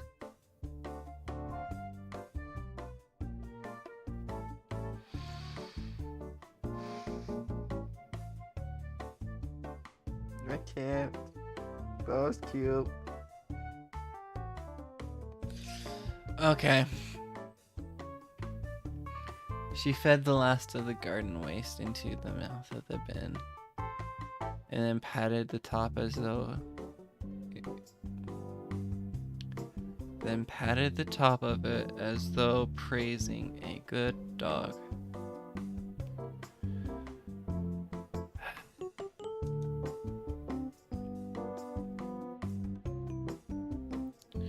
I nearly snorted with laughter. She was too pure for this world, really. For a few moments, we stood together admiring the garden. It looks so clean and healthy now. Then, with a twinge of anxiety, I noticed how close we were to one another, how closely we'd been working. Ew, cuties. But it was probably fine. She seemed healthy. More than healthy, she was handling her injury remarkably well. Was that so-called power of positive thinking? Oh my gosh, I hate this guy. Never mind, I lurched backwards, looking at her in horror. Right. Are you feeling No. sick? Sorry. It's just my throat is dry. I'm really thirsty. Oh my gosh, this guy's so cooked by COVID. Alright, we've been working for a while, and now that she mentioned it, I felt pretty parched too. Phew! Part.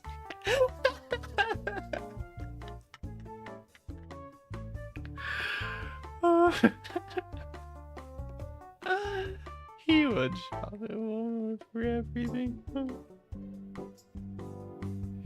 Drink your bathwater, you wasted. I'll go get us some water. I dipped inside and took a few deep breaths. I went to fill a couple of stainless steel water bottles. Everything was fine. Her temperature had been normal from the get-go. She had no fatigue, no symptoms of the virus at all, apart from that one cough, which was justified. Man, COVID really made you a bitch. Still, it was a reminder that I shouldn't be letting my guard down. When I returned outside, I found Mallory staring up at the roof with one hand raised to shade her eyes from the intense sunlight. What are those? They look like shields for your house. I looked up at the roof where she was pointing. Oh, sort of. They're solar panels. And they look like they could use a sweep, actually. Why? What are they for? They absorb energy from the sun and turn it into power for the cabin. So true, Jade. So true. What? Really? Here, face towards the sun and spread your arms out. She hesitated, then raised her arms up. She closed her eyes and tilted her head so the sun lit up her pale face. We get it, you like white women. Feel the warmth? That's the energy from the sun, or as I like to call it, the nuclear furnaces. Nerd!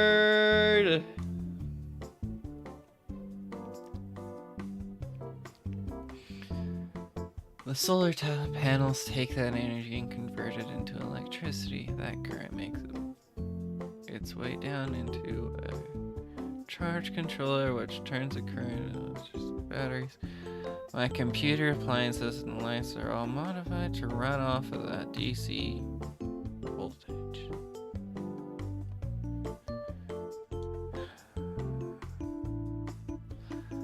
Oh, and that charge controller is hooked up to the battery so we can store all that incoming energy so we can still have power even when the sun's gone away.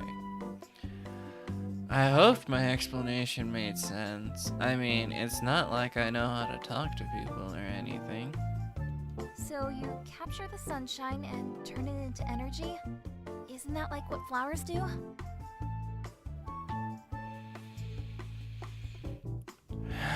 Jade, save her. Save her, Jade.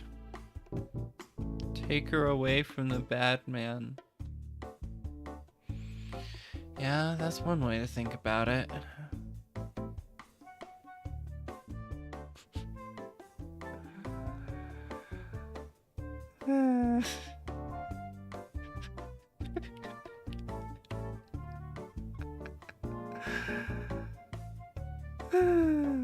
I will do what has to be done. Thank you.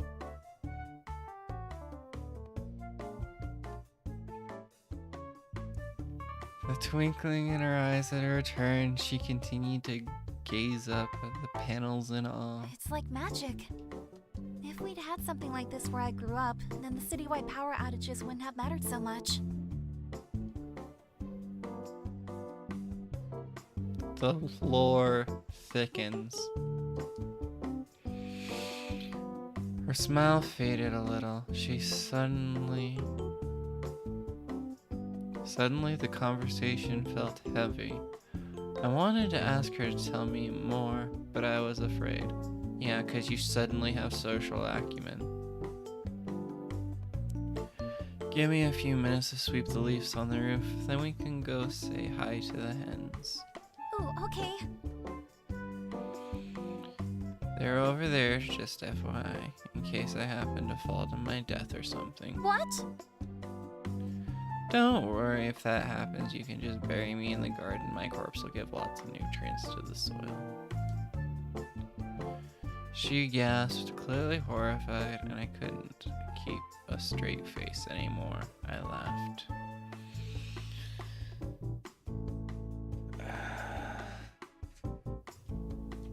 I am so ready for this chapter to end. You have no idea.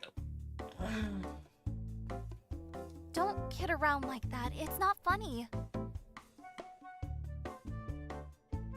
Sorry. I'll be back in a few. You rest.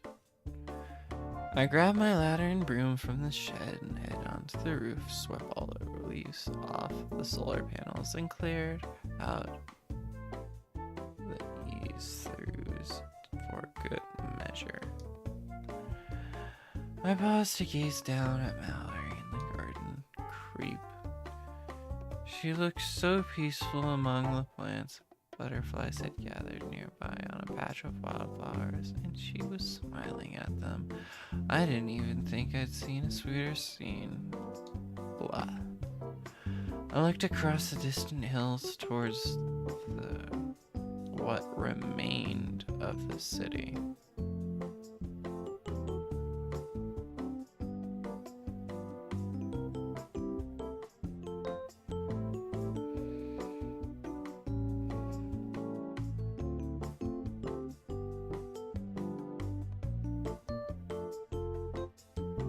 Okay.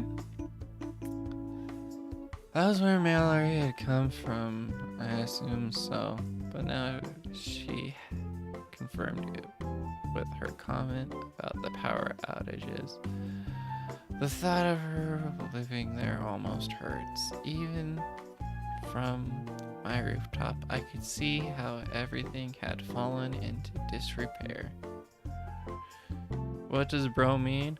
Bro means that, like, this is in the timeline where COVID destroyed the world.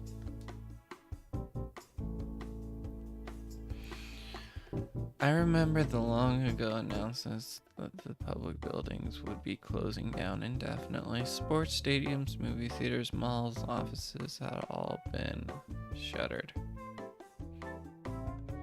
Bro, is that Detroit? I think it is.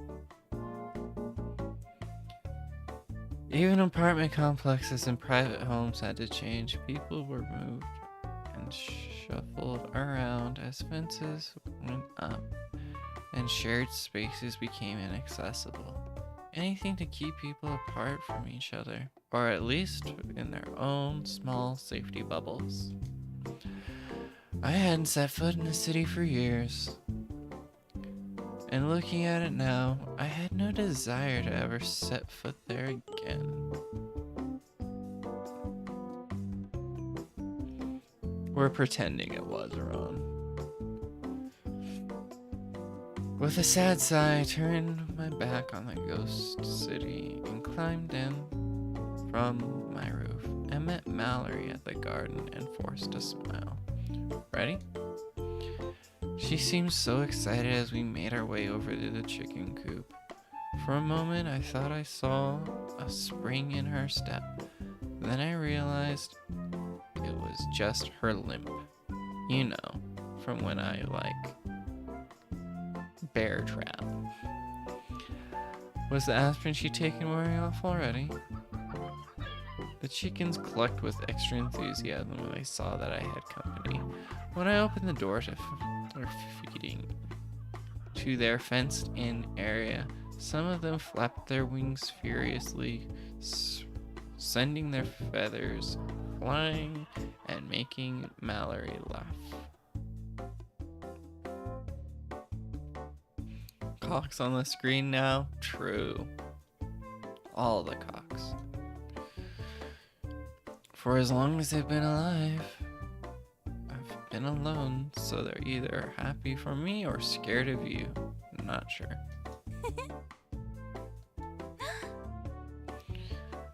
Pulled the gate shut behind us. Mallory was already saying hello to each individual chicken, giving them compliments and asking them how they were enjoying the morning. Then she saw the chicks and she gasped. Babies! I can't. Did I not mention that? Yeah, they hatched a few days ago. You can pick them up if you want. She looked at me, her eyes doing that shimmery, sparkling thing again. I saw that there were tears in there, and I thought, or hoped, that they were tears of joy. They're so cute! Are you sure I can touch them? It looks like they'll break, they're so tiny. Funny, that's exactly how I felt about her.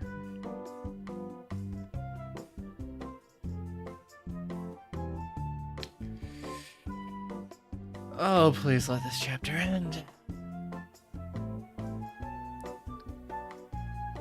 They'll be okay, just gently scoop them into your hands. Okay. She carefully held out her hands. Some of the chicks came closer, investigating her, and it didn't take long before a couple of them volunteered to step into her palms.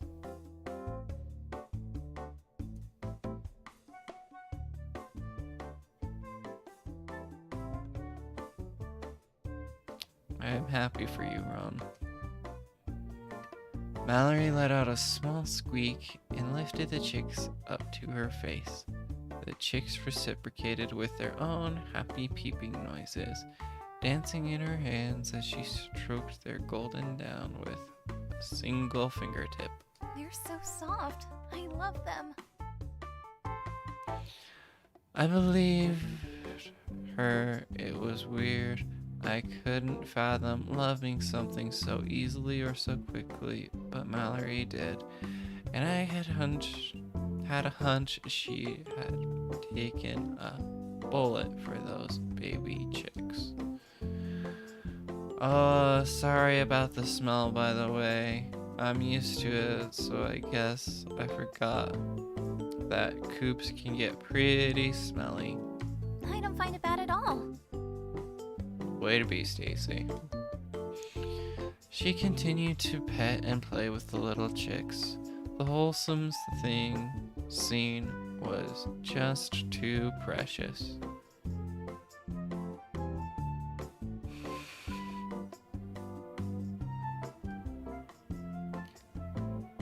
Do you want to feed them? There's a bag of grain just behind you. She looks over her shoulder, smiling, and gently set down the chicks so she could reach for the bag. She took out a small handful of grain and stretched it in front of her. Oh my gosh. I need a nap after this.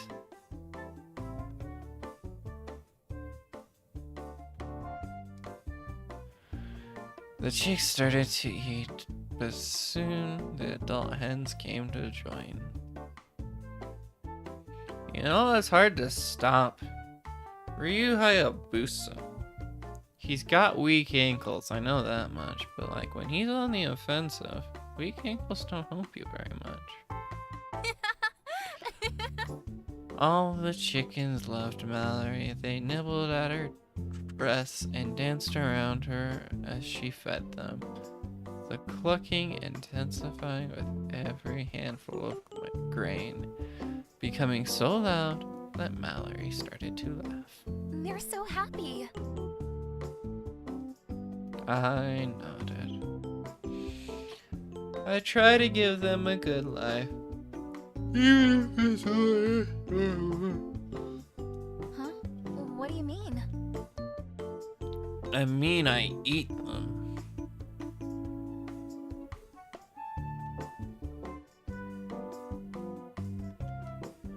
What should I say next? Answer honestly.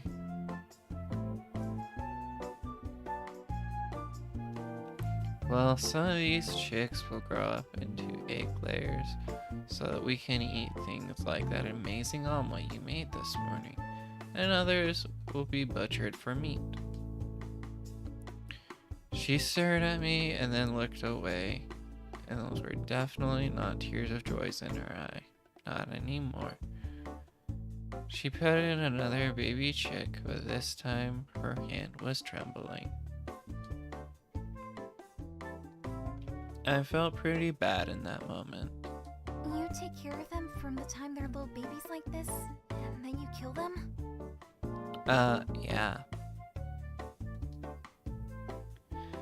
It's not like I want to, it's just how it goes. I need to eat, and I can't exactly go pick up meat from the grocery store. I didn't feel like this was something that needed to be explained, let alone justified. It was how people survive.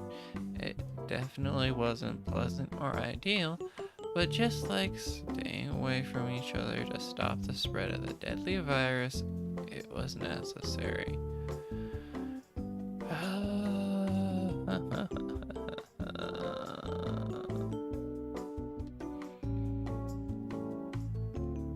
Did she not get that? Why wasn't she saying anything? Valerie? I understand. I guess I just never thought about it before. It makes me a little sad. I'll be okay though. Thank you for bringing me to meet them. She stood up and gave the chicks a little wave goodbye and left the coop. I followed her out, shutting the gate behind us. Right. Shall we head back inside? She nodded as we strolled across the grass. I felt a little awkward when we went back into the cabin. There was an unhappy tension, but I didn't know if it was just me feeling guilty or something more. I tried to inject a little perkiness into my voice. So there was this one thing I really wanted to show you today. It's the most interactive and nerdy of all my systems by far. Blah. It's the most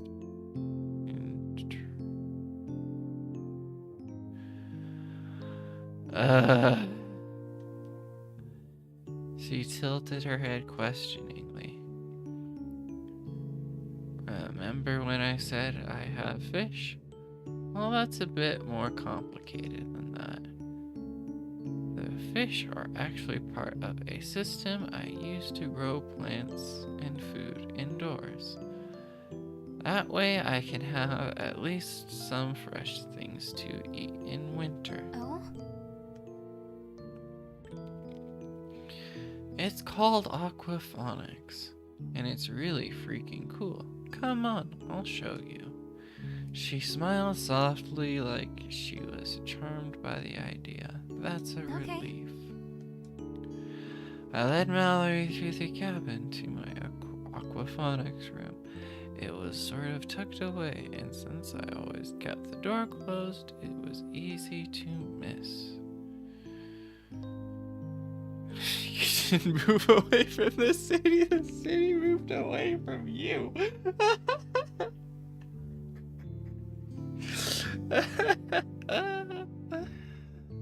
I love fishies, but chapter please end. I found myself oddly excited to show her. I felt almost as proud as I opened the door, revealing the dim room on the other side. Why is it so dark in here?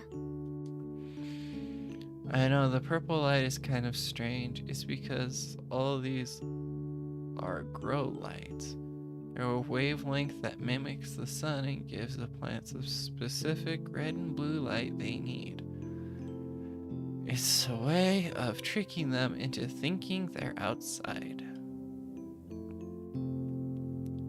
Not that plants can think. She smiled like she thought I was maybe a little bit funny, which lifted my spirits even higher. I followed her all the way into the room. Honk shoe, honk shoe.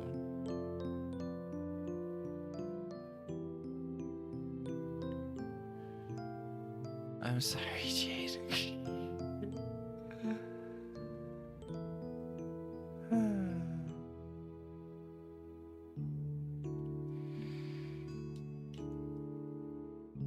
It was something I acknowledged often, but this was my favorite place. Caring for these plants and the fish, watching them grow and change and live, gave me a feeling of connection I didn't quite get from the outdoor garden and hens.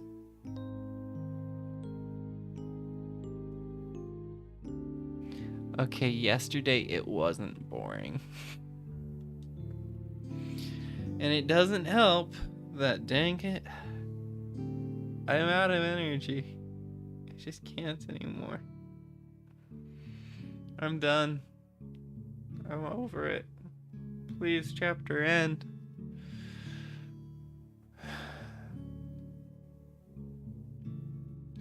I didn't even feel as connected like that with other humans, no matter how many forums I joined or chats I took part in or emails I sent or received. This is amazing.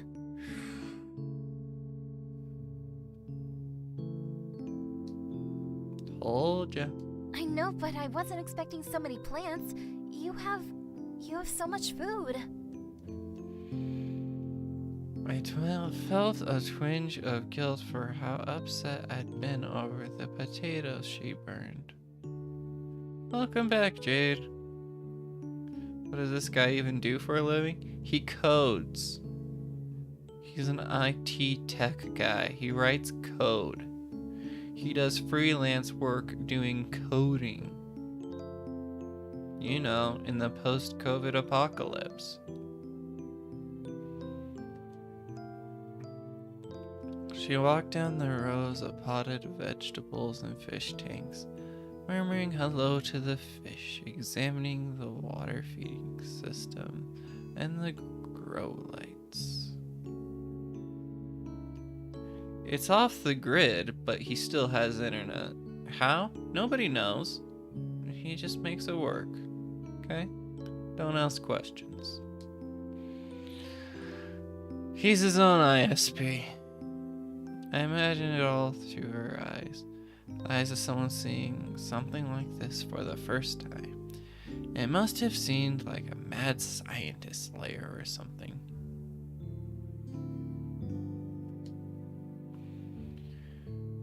She paused, peering more closely at one of the fish Why are tanks. there plants growing out of the tank water?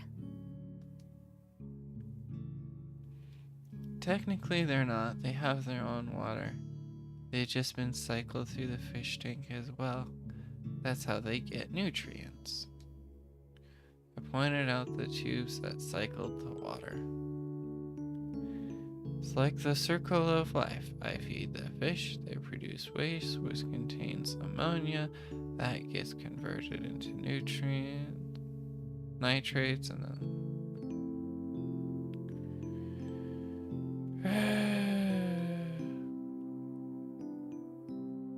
nitrites and nitrates, which plants can use to grow. These tubes carry the tank water up through the filter. The filter traps all the bits of waste and gunk that won't help plants, and lets now nutrient-rich water run through and into all the plant pots. It's all a careful balance, everything working in harmony. If I feed the fish and keep the filters clean, then they're able to take care of my plants for me. Mallory watched the fish swimming lazily back and forth, her face filled with wonder. I grabbed the container of fish food and held it out. Here, feed them. Just take a little and sprinkle it in. This dream is an endurance test? Oh, hon. I know. I know. I know.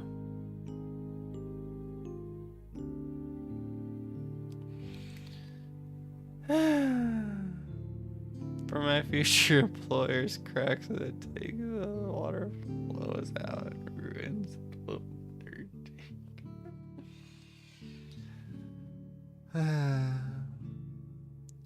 I smiled at her encouragingly. Okay. She took a pinch of fish food out of the container and gently sprinkled some flakes into the tank. The fish swarmed excitedly towards the flakes, opening and closing their mouths. Mallory smiled and gave them some more. They're really hungry. Looking at them feels peaceful. Yeah. I watched her watching the fish and stared intensely, making her feel very uncomfortable. She asked me to stop, but I only stared more intensely because I just be like that, you know.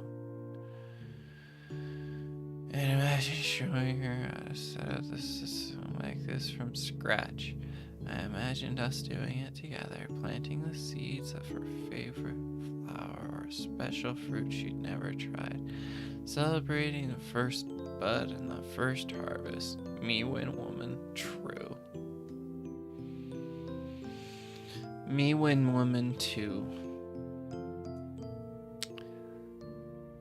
Mallory startled me a bit by asking very suddenly.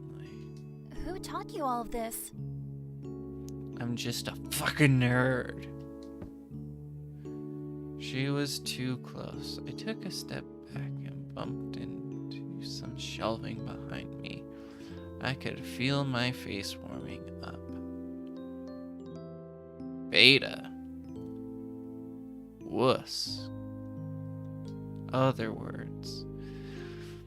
She's just like me because we're both fascinated by fishies. Well, my parents used to take care of their plants sort of like this when I was young. And then I taught myself a bunch more by reading or by trial and error. She shook her head a little, her gaze fixed somewhere far away. My family had nothing like this. There was one grocery store in our neighborhood.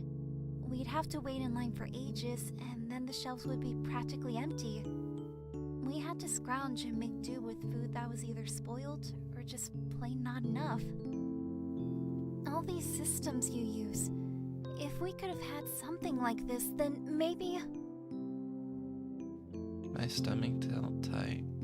I was right. Blah. This was it. She was opening up. And I felt guilty because I realized I am the bourgeoisie while the proletariat starve. She was finally going to tell me where she'd come from, what kind of life she'd had, and maybe even what she'd been doing out in the rain that night.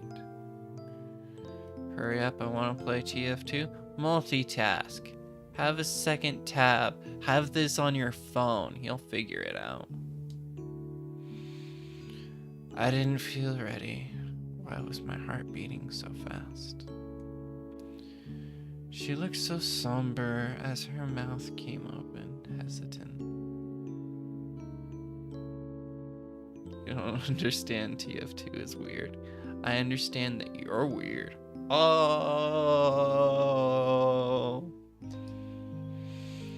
And then she said, I love that you wanted to show me all this stuff. But, what do you do for fun around here? Fap. She nudged and gave me a cheeky little smile. Okay, so much for that idea. I forced myself to smile, averting my eyes. At least not playing Cabin Fever. Yo.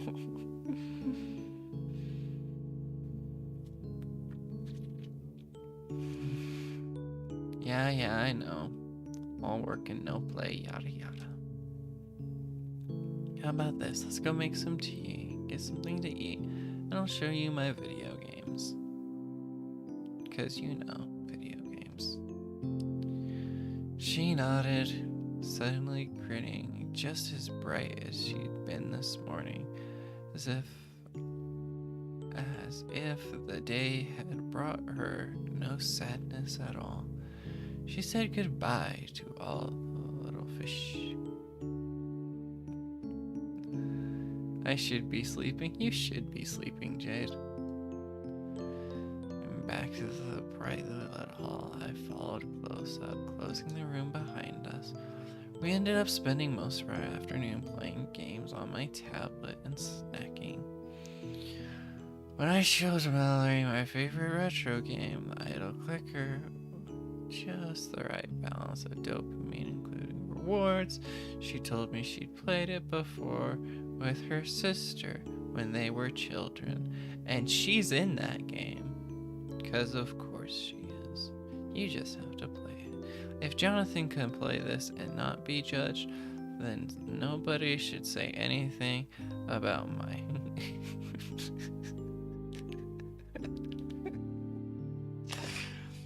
There are different implications. One of them's just a conservative. The other one isn't. On his tablet, bro is an iPad kid, true.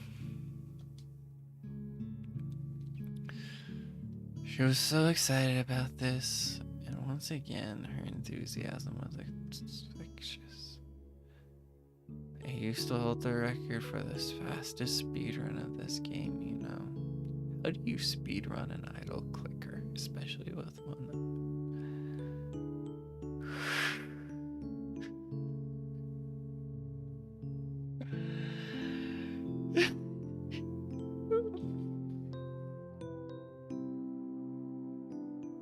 this fucking game.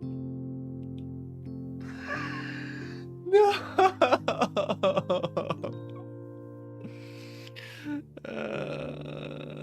It's a good game. I want to support the franchise.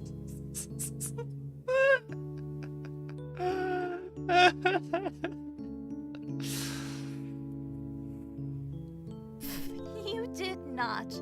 There's no such thing as a speedrun of a clicker game, and if there was, that record would be held by a bot.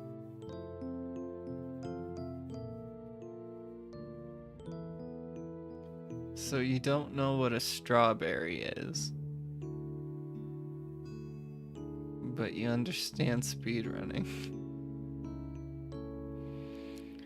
We tease each other like that, laughing and sharing little meaningless anecdotes. And I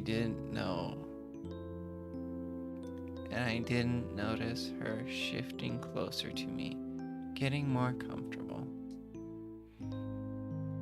We were too comfortable.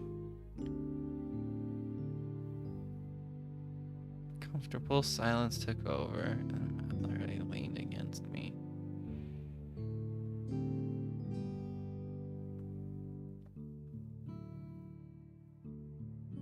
Too cute for this game. Too cute for this game. Too cute for this game. Too nervous to move, I looked down. Her eyes were closed. She was falling asleep. For some reason, I let her stay there on my shoulder. Bro!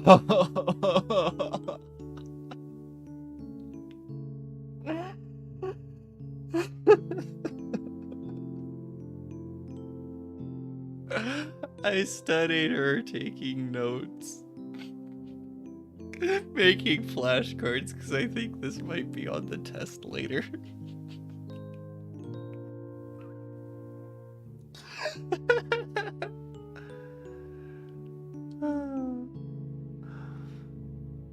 Thorny brush wore on her sweater dress with cute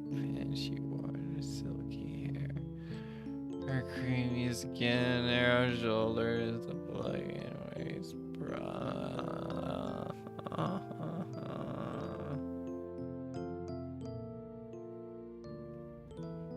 He got top 3 on the Kahoot. My throat tightened up. This was not okay. Get the fuck over yourself. Slowly and with deliberate care, I slid away from her and used a throw cushion to lower her onto the couch, trying my best not to wake her. I placed a blanket over her. She continued to breathe deep, in and out, unmoving. According to my clock, it was only just past 7. I was surprised Mallory had fallen so deeply asleep already. She looked like she'd be there for the rest of the night. I hate this, bro. Me too. In-N-Out Burger reference? I mean, they do keto some favors. Maybe I shouldn't have let her help with so many chores, I thought. But then, I was getting pretty sleepy too. I crept into the kitchen and, as quietly as I could, made my nightly cup of herbal tea. We'd snacked all afternoon, so I wasn't hungry, but the cup of tea before bed was an absolute must. Carefully, I carried my mug upstairs, settling in so as not to disturb Mallory. It wasn't long before I was dozing off, tea only half gone. My body had been warmed by the fire, which made it all too easy to drift off to sleep. That night, I dreamed of all the chicken coop being empty. There were only traces left behind of the hens, and their feathers were scattered everywhere on the ground. Coyotes must have spirited them away, my dream brain thought. I remembered pocketing one of the feathers and walking around the woods in search of them. That was a very strange dream, unlike the one I had before. Oh my gosh, the music stopped! Woo-hoo-hoo-hoo! We made it! Hell yeah!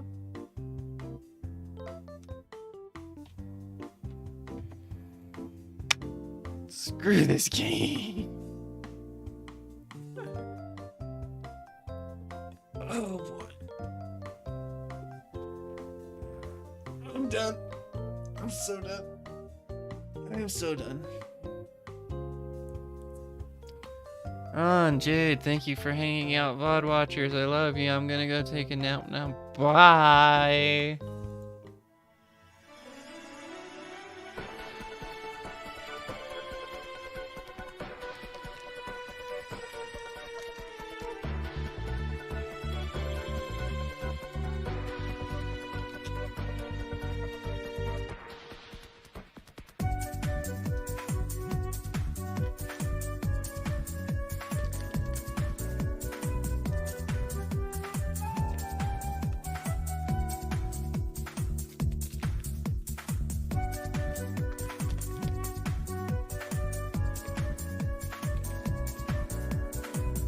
You thought you'd get ending music. No, you get crinkling. Deal with it.